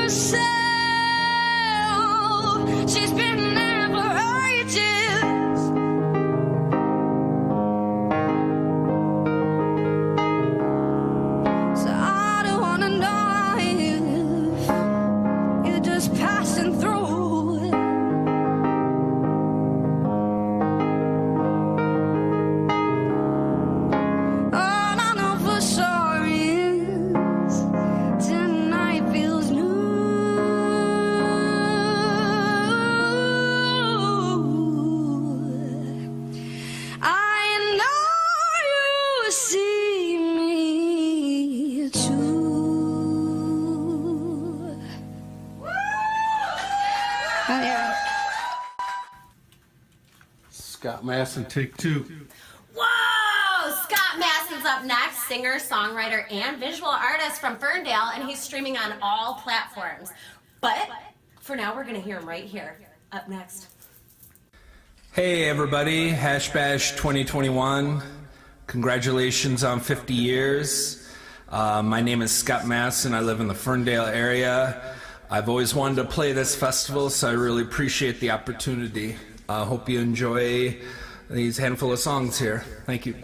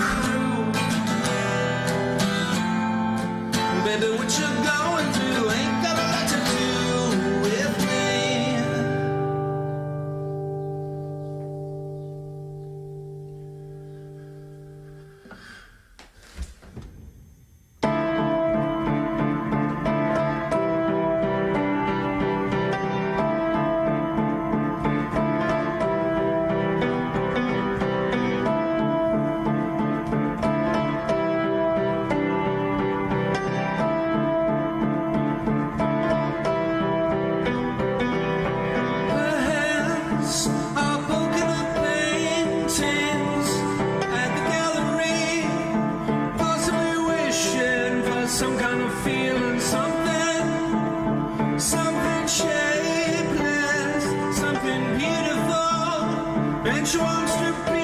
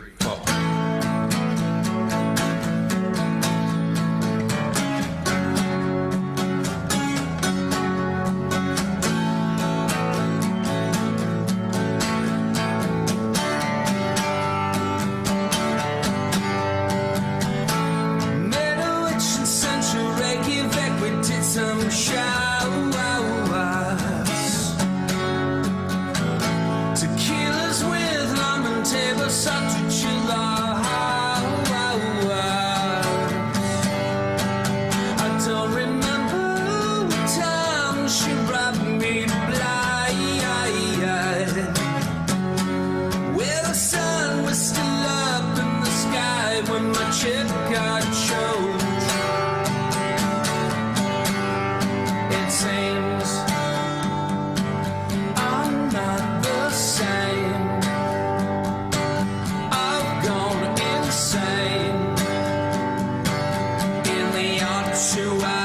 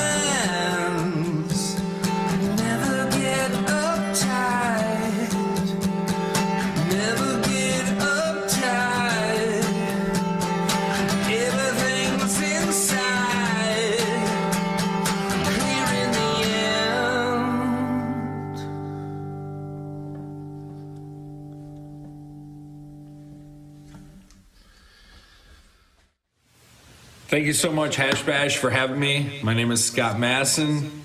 I'm on Spotify, Instagram, Facebook, all that good stuff. Let's keep the positive vibes going.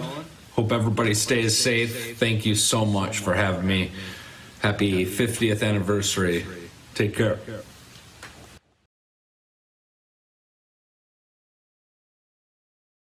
All right, everyone. I hope you're enjoying yourselves as much as we are here. We are going to give all of our control, not for long. I'll be back. But he is down in Fort Myers, Florida, and he's actually in a palm tree farm. How awesome is that? They call it Farmedelica sound. Here we are with Howard. Howard, take it away.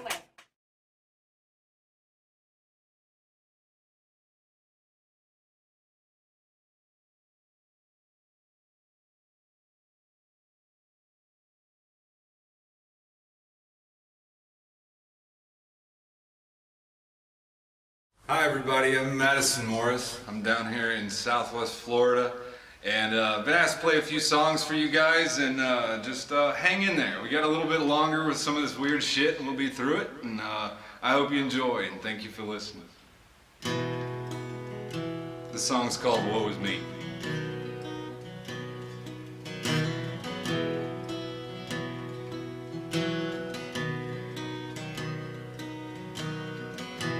This love child coming up towards me.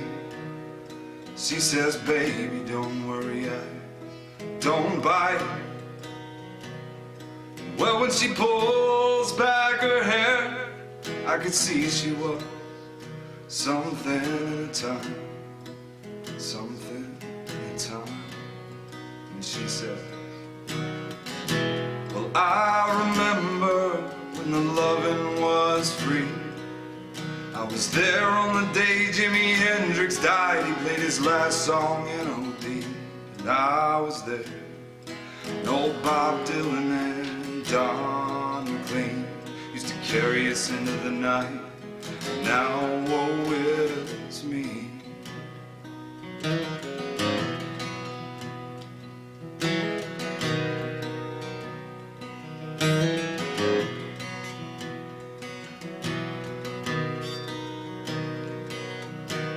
says I'm from those days you probably learned about your 9th grade year. I'm from the days of peace.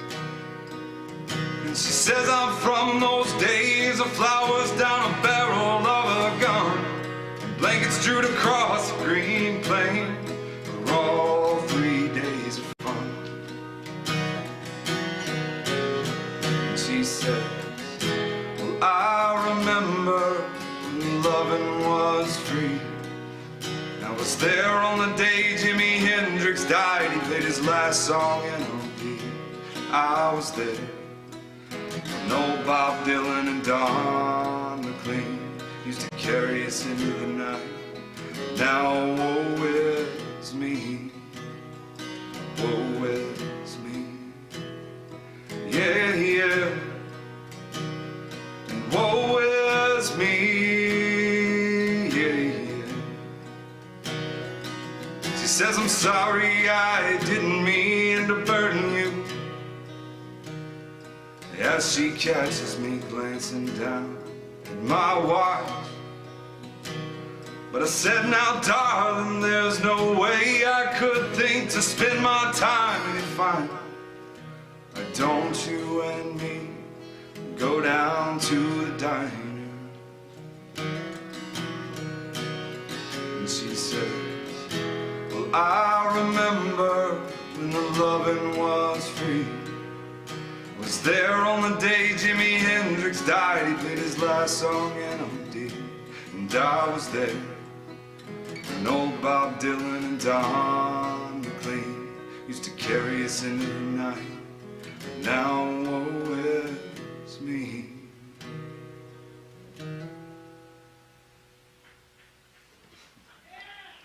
Thank you. Like I said, weird shit having a crowd in the control room applauding. All right, this next song, it's called Sunshine State Death Row. Well, I grew up on this here orange grove for the better part of my life. Hey, and I've known the sheriff since we were kids, and he still drops by to this day with his wife for dinner on Sunday night. And like any good friend should, he turns his head when times get a little bit tight, and I grow little green cash crop on the side. Well, he says, old friend, that's a dangerous business, one that might undo you. But don't you worry, I'll let you run if that day ever comes true.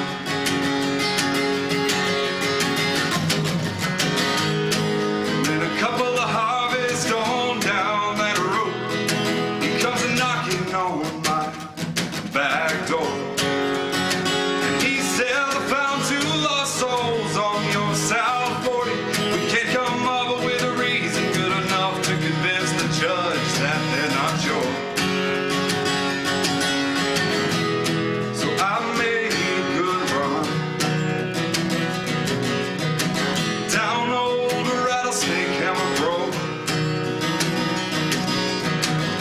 And now all this darkness, it surrounds me. I'm sitting on this Sunshine State Death Row.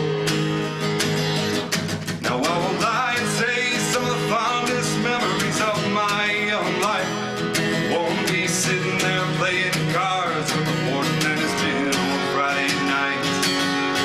They try to ease my pain by saying that we're all gonna go someday, and you just have the luxury of knowing how and why. And the warden says, son, have you given it any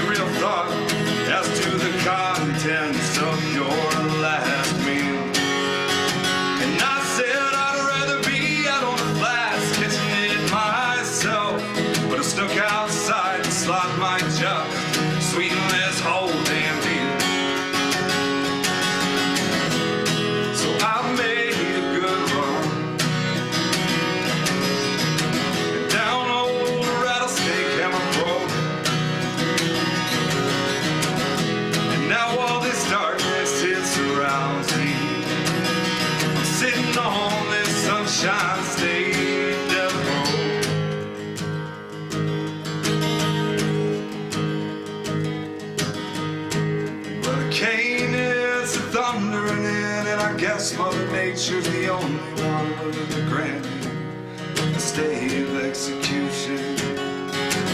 Well, the lights go out and that siren wails, and under the guise of night, the warden unlocks my cell. And he says, son, I've been doing this long enough to know that you gotta take justice in your own two hands sometimes. We know that you weren't the one that committed these crimes. And so go on and don't be a fool, and don't you get caught this time. Make your getaway. Our friend the sheriff's waiting for us out in the glades. So I made a good run down old Rattlesnake Hemp Road. And now all this darkness is behind me. I'm on a go fast boat on my way to Mexico.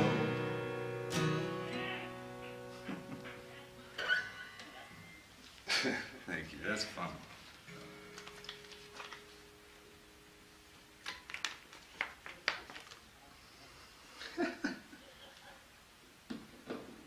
Well, it's a nice microphone in front of me if you're gonna be like that. I think it's a little Blondie or something like that. No. Yeah, it's beautiful and it sounds so big. I'm loving it. I'm gonna keep playing. So. Yeah, the next song's called Angel from Hell.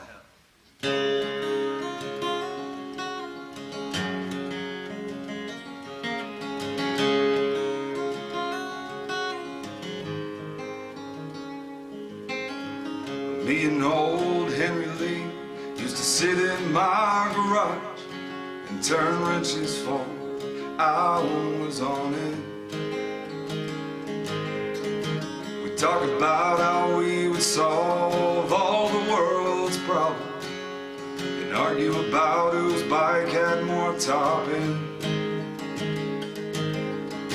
We'd reminisce about the good old days and how we'd ride for the rest of our lives if it weren't for the love of our kids and wives. But my friend Henry Lee, he met his fate on a rainy day, heading south to Miami on 75. And now there's two wheels tearing up that sky and kicking the stand down on Golden Street.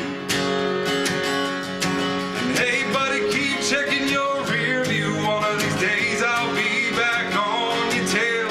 Now I know heaven's got a brand new angel straight from hell.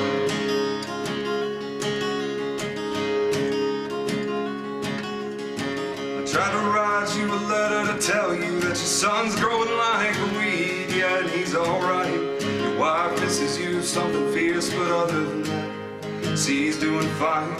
And me, I guess I've gone a little bit crazy, cause when I try to send it to postman, he tells me that he don't deliver letters quite so high. And now there's two wheels tearing up that sky, kicking the stand down on Golden Street. And hey buddy, keep checking your rear view. One of these days I'll be back on your tail. Now I know heaven's got a brand new angel straight from hell.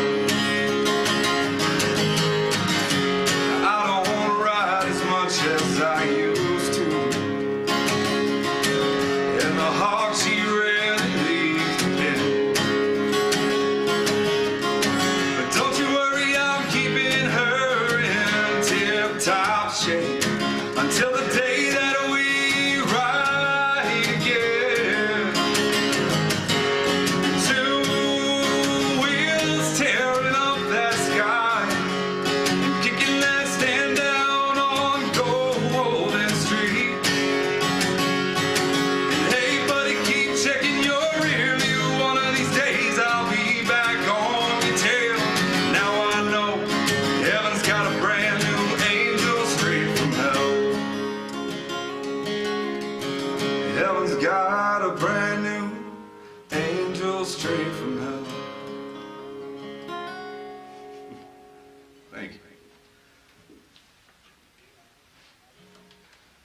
This next song is called No More. And I wrote this one a long time ago. It was actually after, I remember I turned 21. It was in New Year's. And it was just it was a sight to see up on top of the rooftops and everything, so.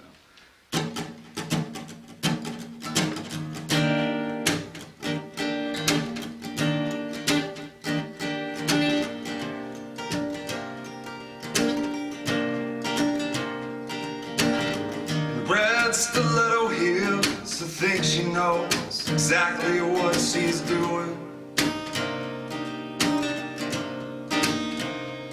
Yeah, she's headed out. She's headed out to that dance floor. And I said, I'm sorry, baby, but you're just something I can't ignore. Well, it's time for all good boys and girls to go.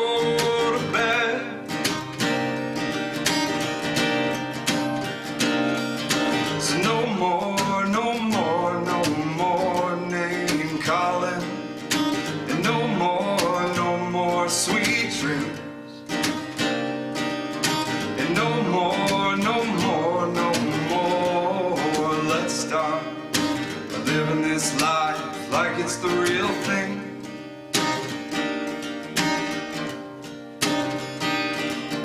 And look at us sitting there in our easy chairs,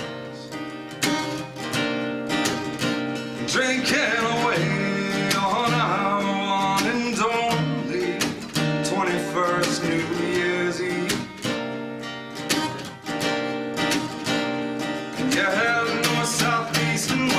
I can see the fireworks all around me, and it's time for all good boys and girls to go to bed.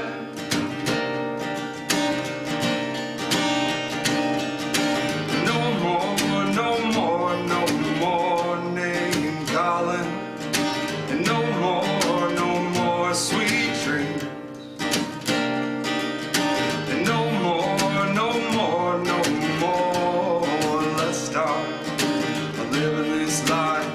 It's the real thing.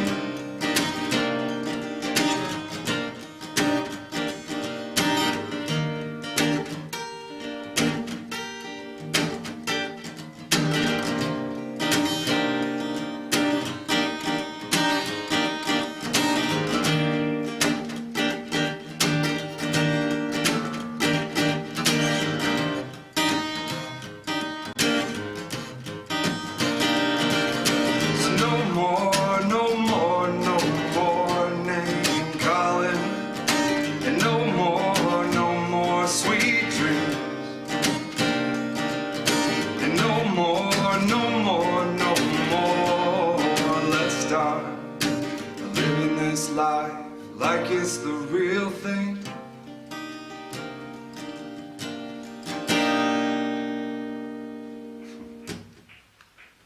Thank you. All right, this next song is called I Miss Those Days, but it's Hey Sugar Bear.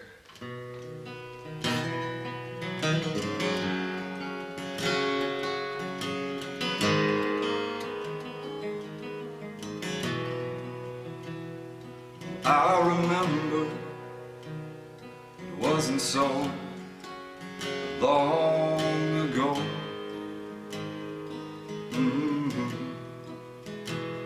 And I remember how everything changed that cold day in September. And I'm not even sure that I could tell you the way that it was just the day before, and all I know is now I'm way over here, but you're still there. Baby, I got your letter, reads, and Hey, sugar bear, when you gonna be home? Sitting right next to me singing our song. And I miss those days. Hey, sugar bear, when you gonna be here? Sitting right next to me, whispering in my ear that I've got nothing to fear. And I miss those days.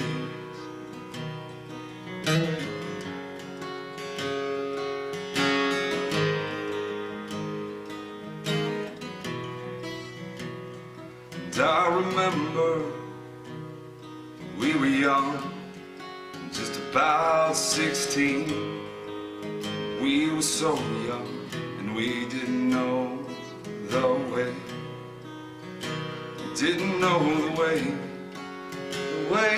of the gun, the way of the gun. And now it seems that I'm pointing one at everything just to make sure that I stay breathing. So hey, sugar bear, when you gonna be home? Sitting right next to me singing our song. And I miss those days. And hey, sugar bear, when you gonna be here? Sitting right next to me, whispering in my ear that I've got nothing to fear. And I miss those days. Yeah, yeah, yeah, yeah.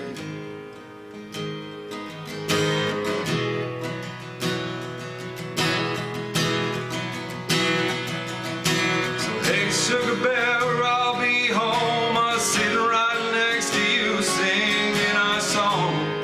But one of these days, and hey, sugar bear, I'll be right there, sitting right next to you, whispering in your ear that you got absolutely nothing to fear. Yeah, yeah, yeah, yeah. Absolutely nothing to fear.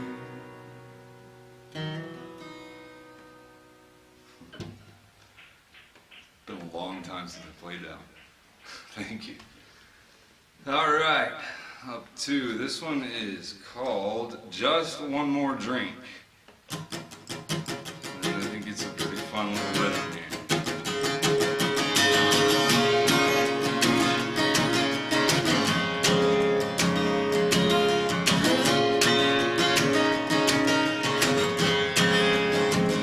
Well, tonight, baby, put your red dress on. And please, for the love of everything, wear nothing else. And I know that sometimes we can get a little bit lonely. Maybe tonight we can find the cure. If we get lost on some sandy beach, where I can laugh at you.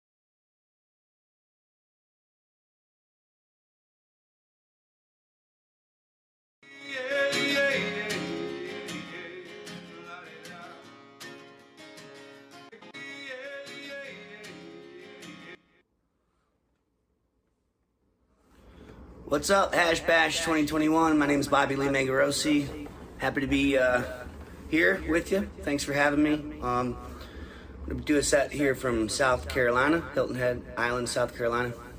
Appreciate it, y'all. This first song is called I Can't Do Anything Right.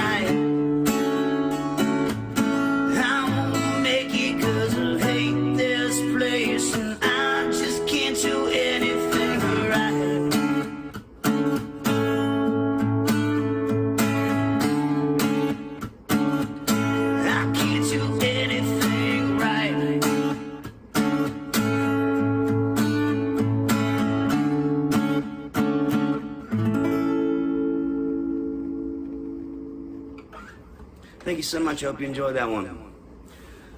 See, I'm representing from South Carolina. I got the Detroit City skyline right here behind me on the wall. In case I get homesick.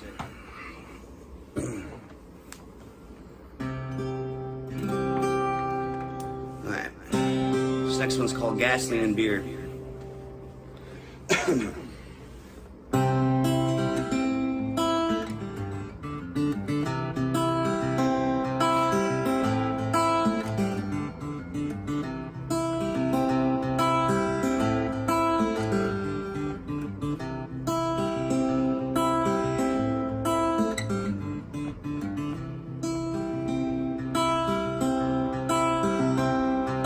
Stopped in Marietta to rub some road out of my eyes.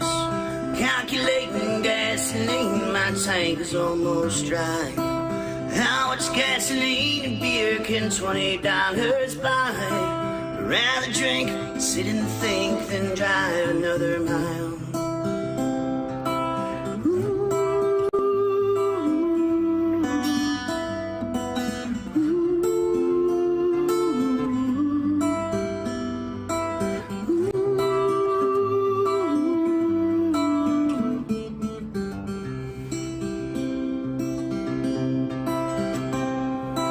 Hope this check from Michigan decides to clear tonight. Cause if it does, I'll catch a buzz and leave and be just fine. But if it don't think I won't still drink until I'm blind. Sleep in Marietta till the sun lights up West Virginia 9.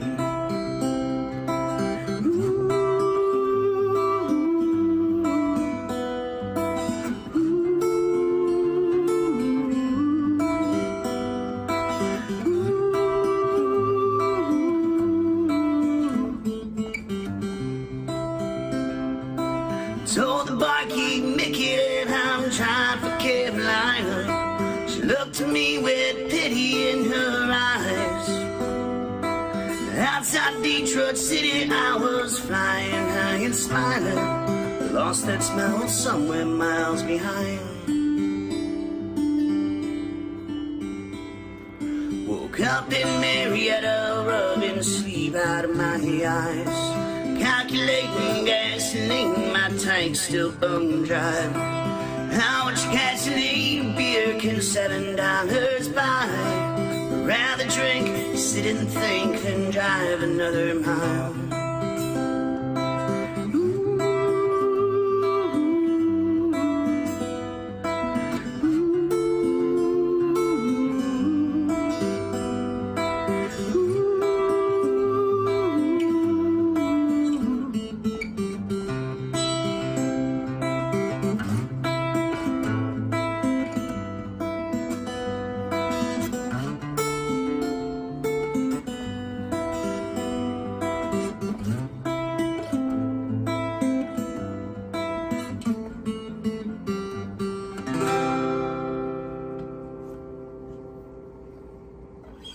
Cheers, y'all. Happy Hash Bash. Shout out to T Money Green.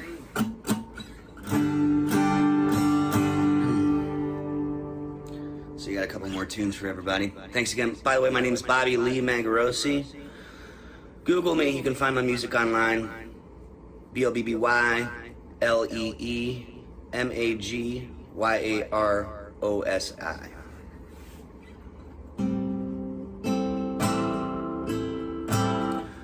There's a newer one. It's called Hearsay.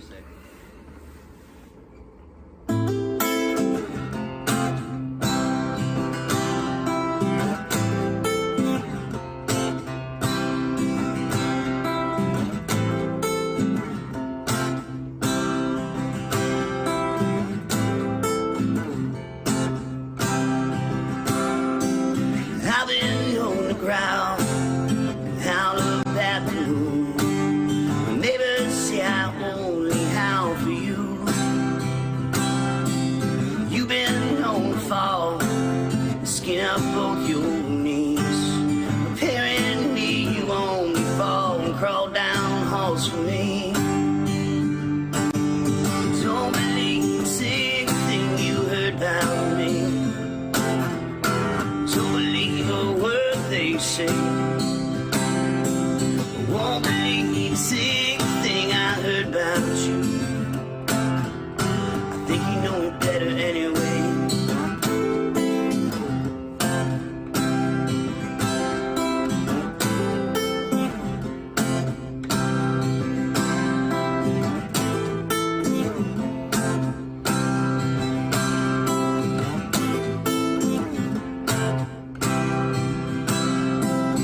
Sometimes I get wild, tear apart a room. At least that's what the other patrons say I tend to do. Sometimes you dress nice, lipstick and perfume, and float out in the night to try and find another fool. Don't believe a single thing you heard about me. Don't believe a word they say. I won't believe a single thing I heard about you. It doesn't really matter anyway, does it?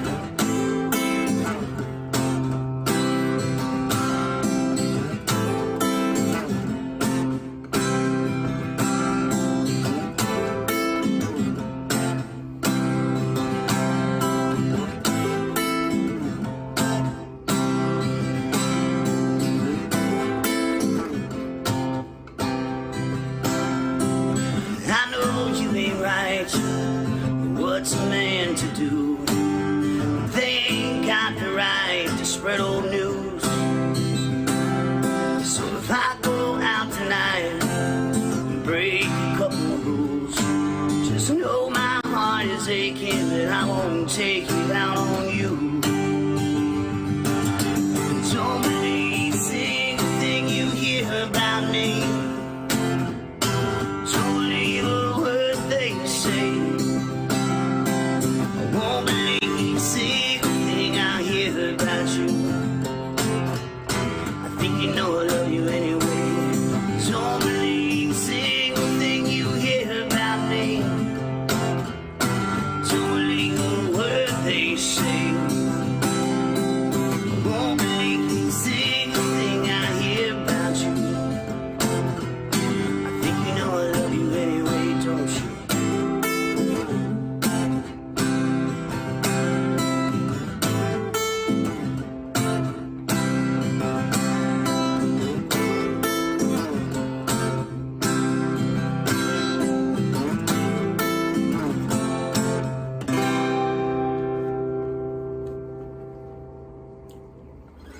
All right, thanks again, everybody.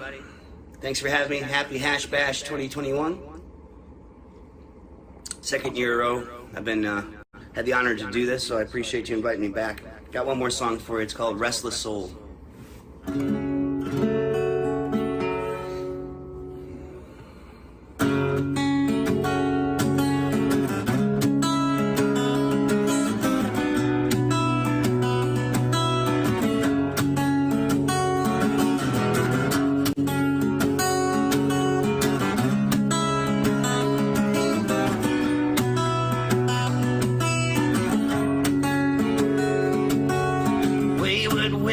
Waking up the drifters,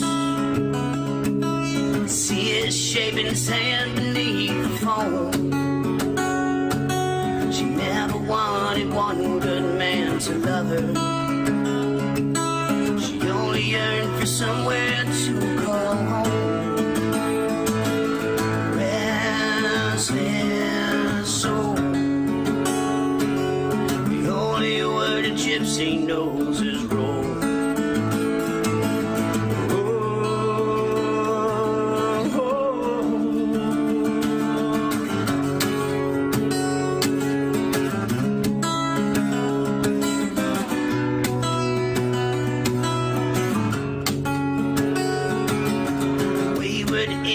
Take another traveler.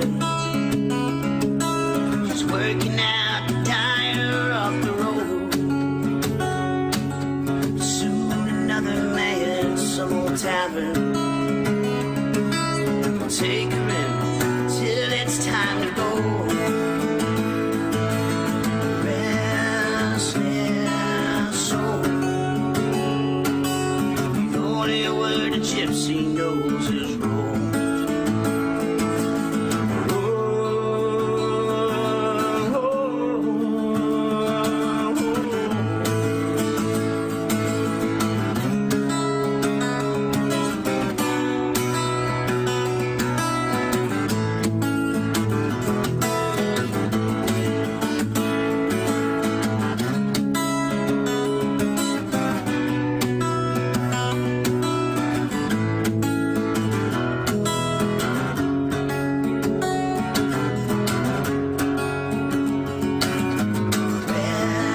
stand so.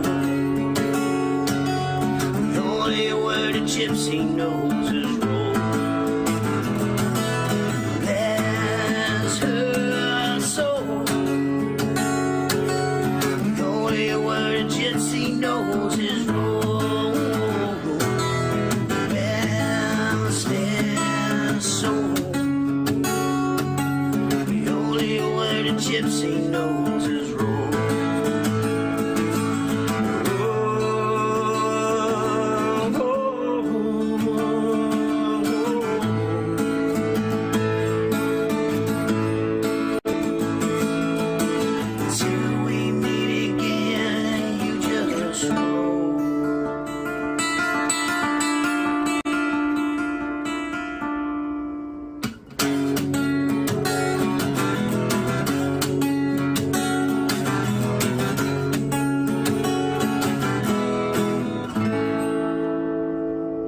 Thanks, Hash Bash. I'll see you on the next lap.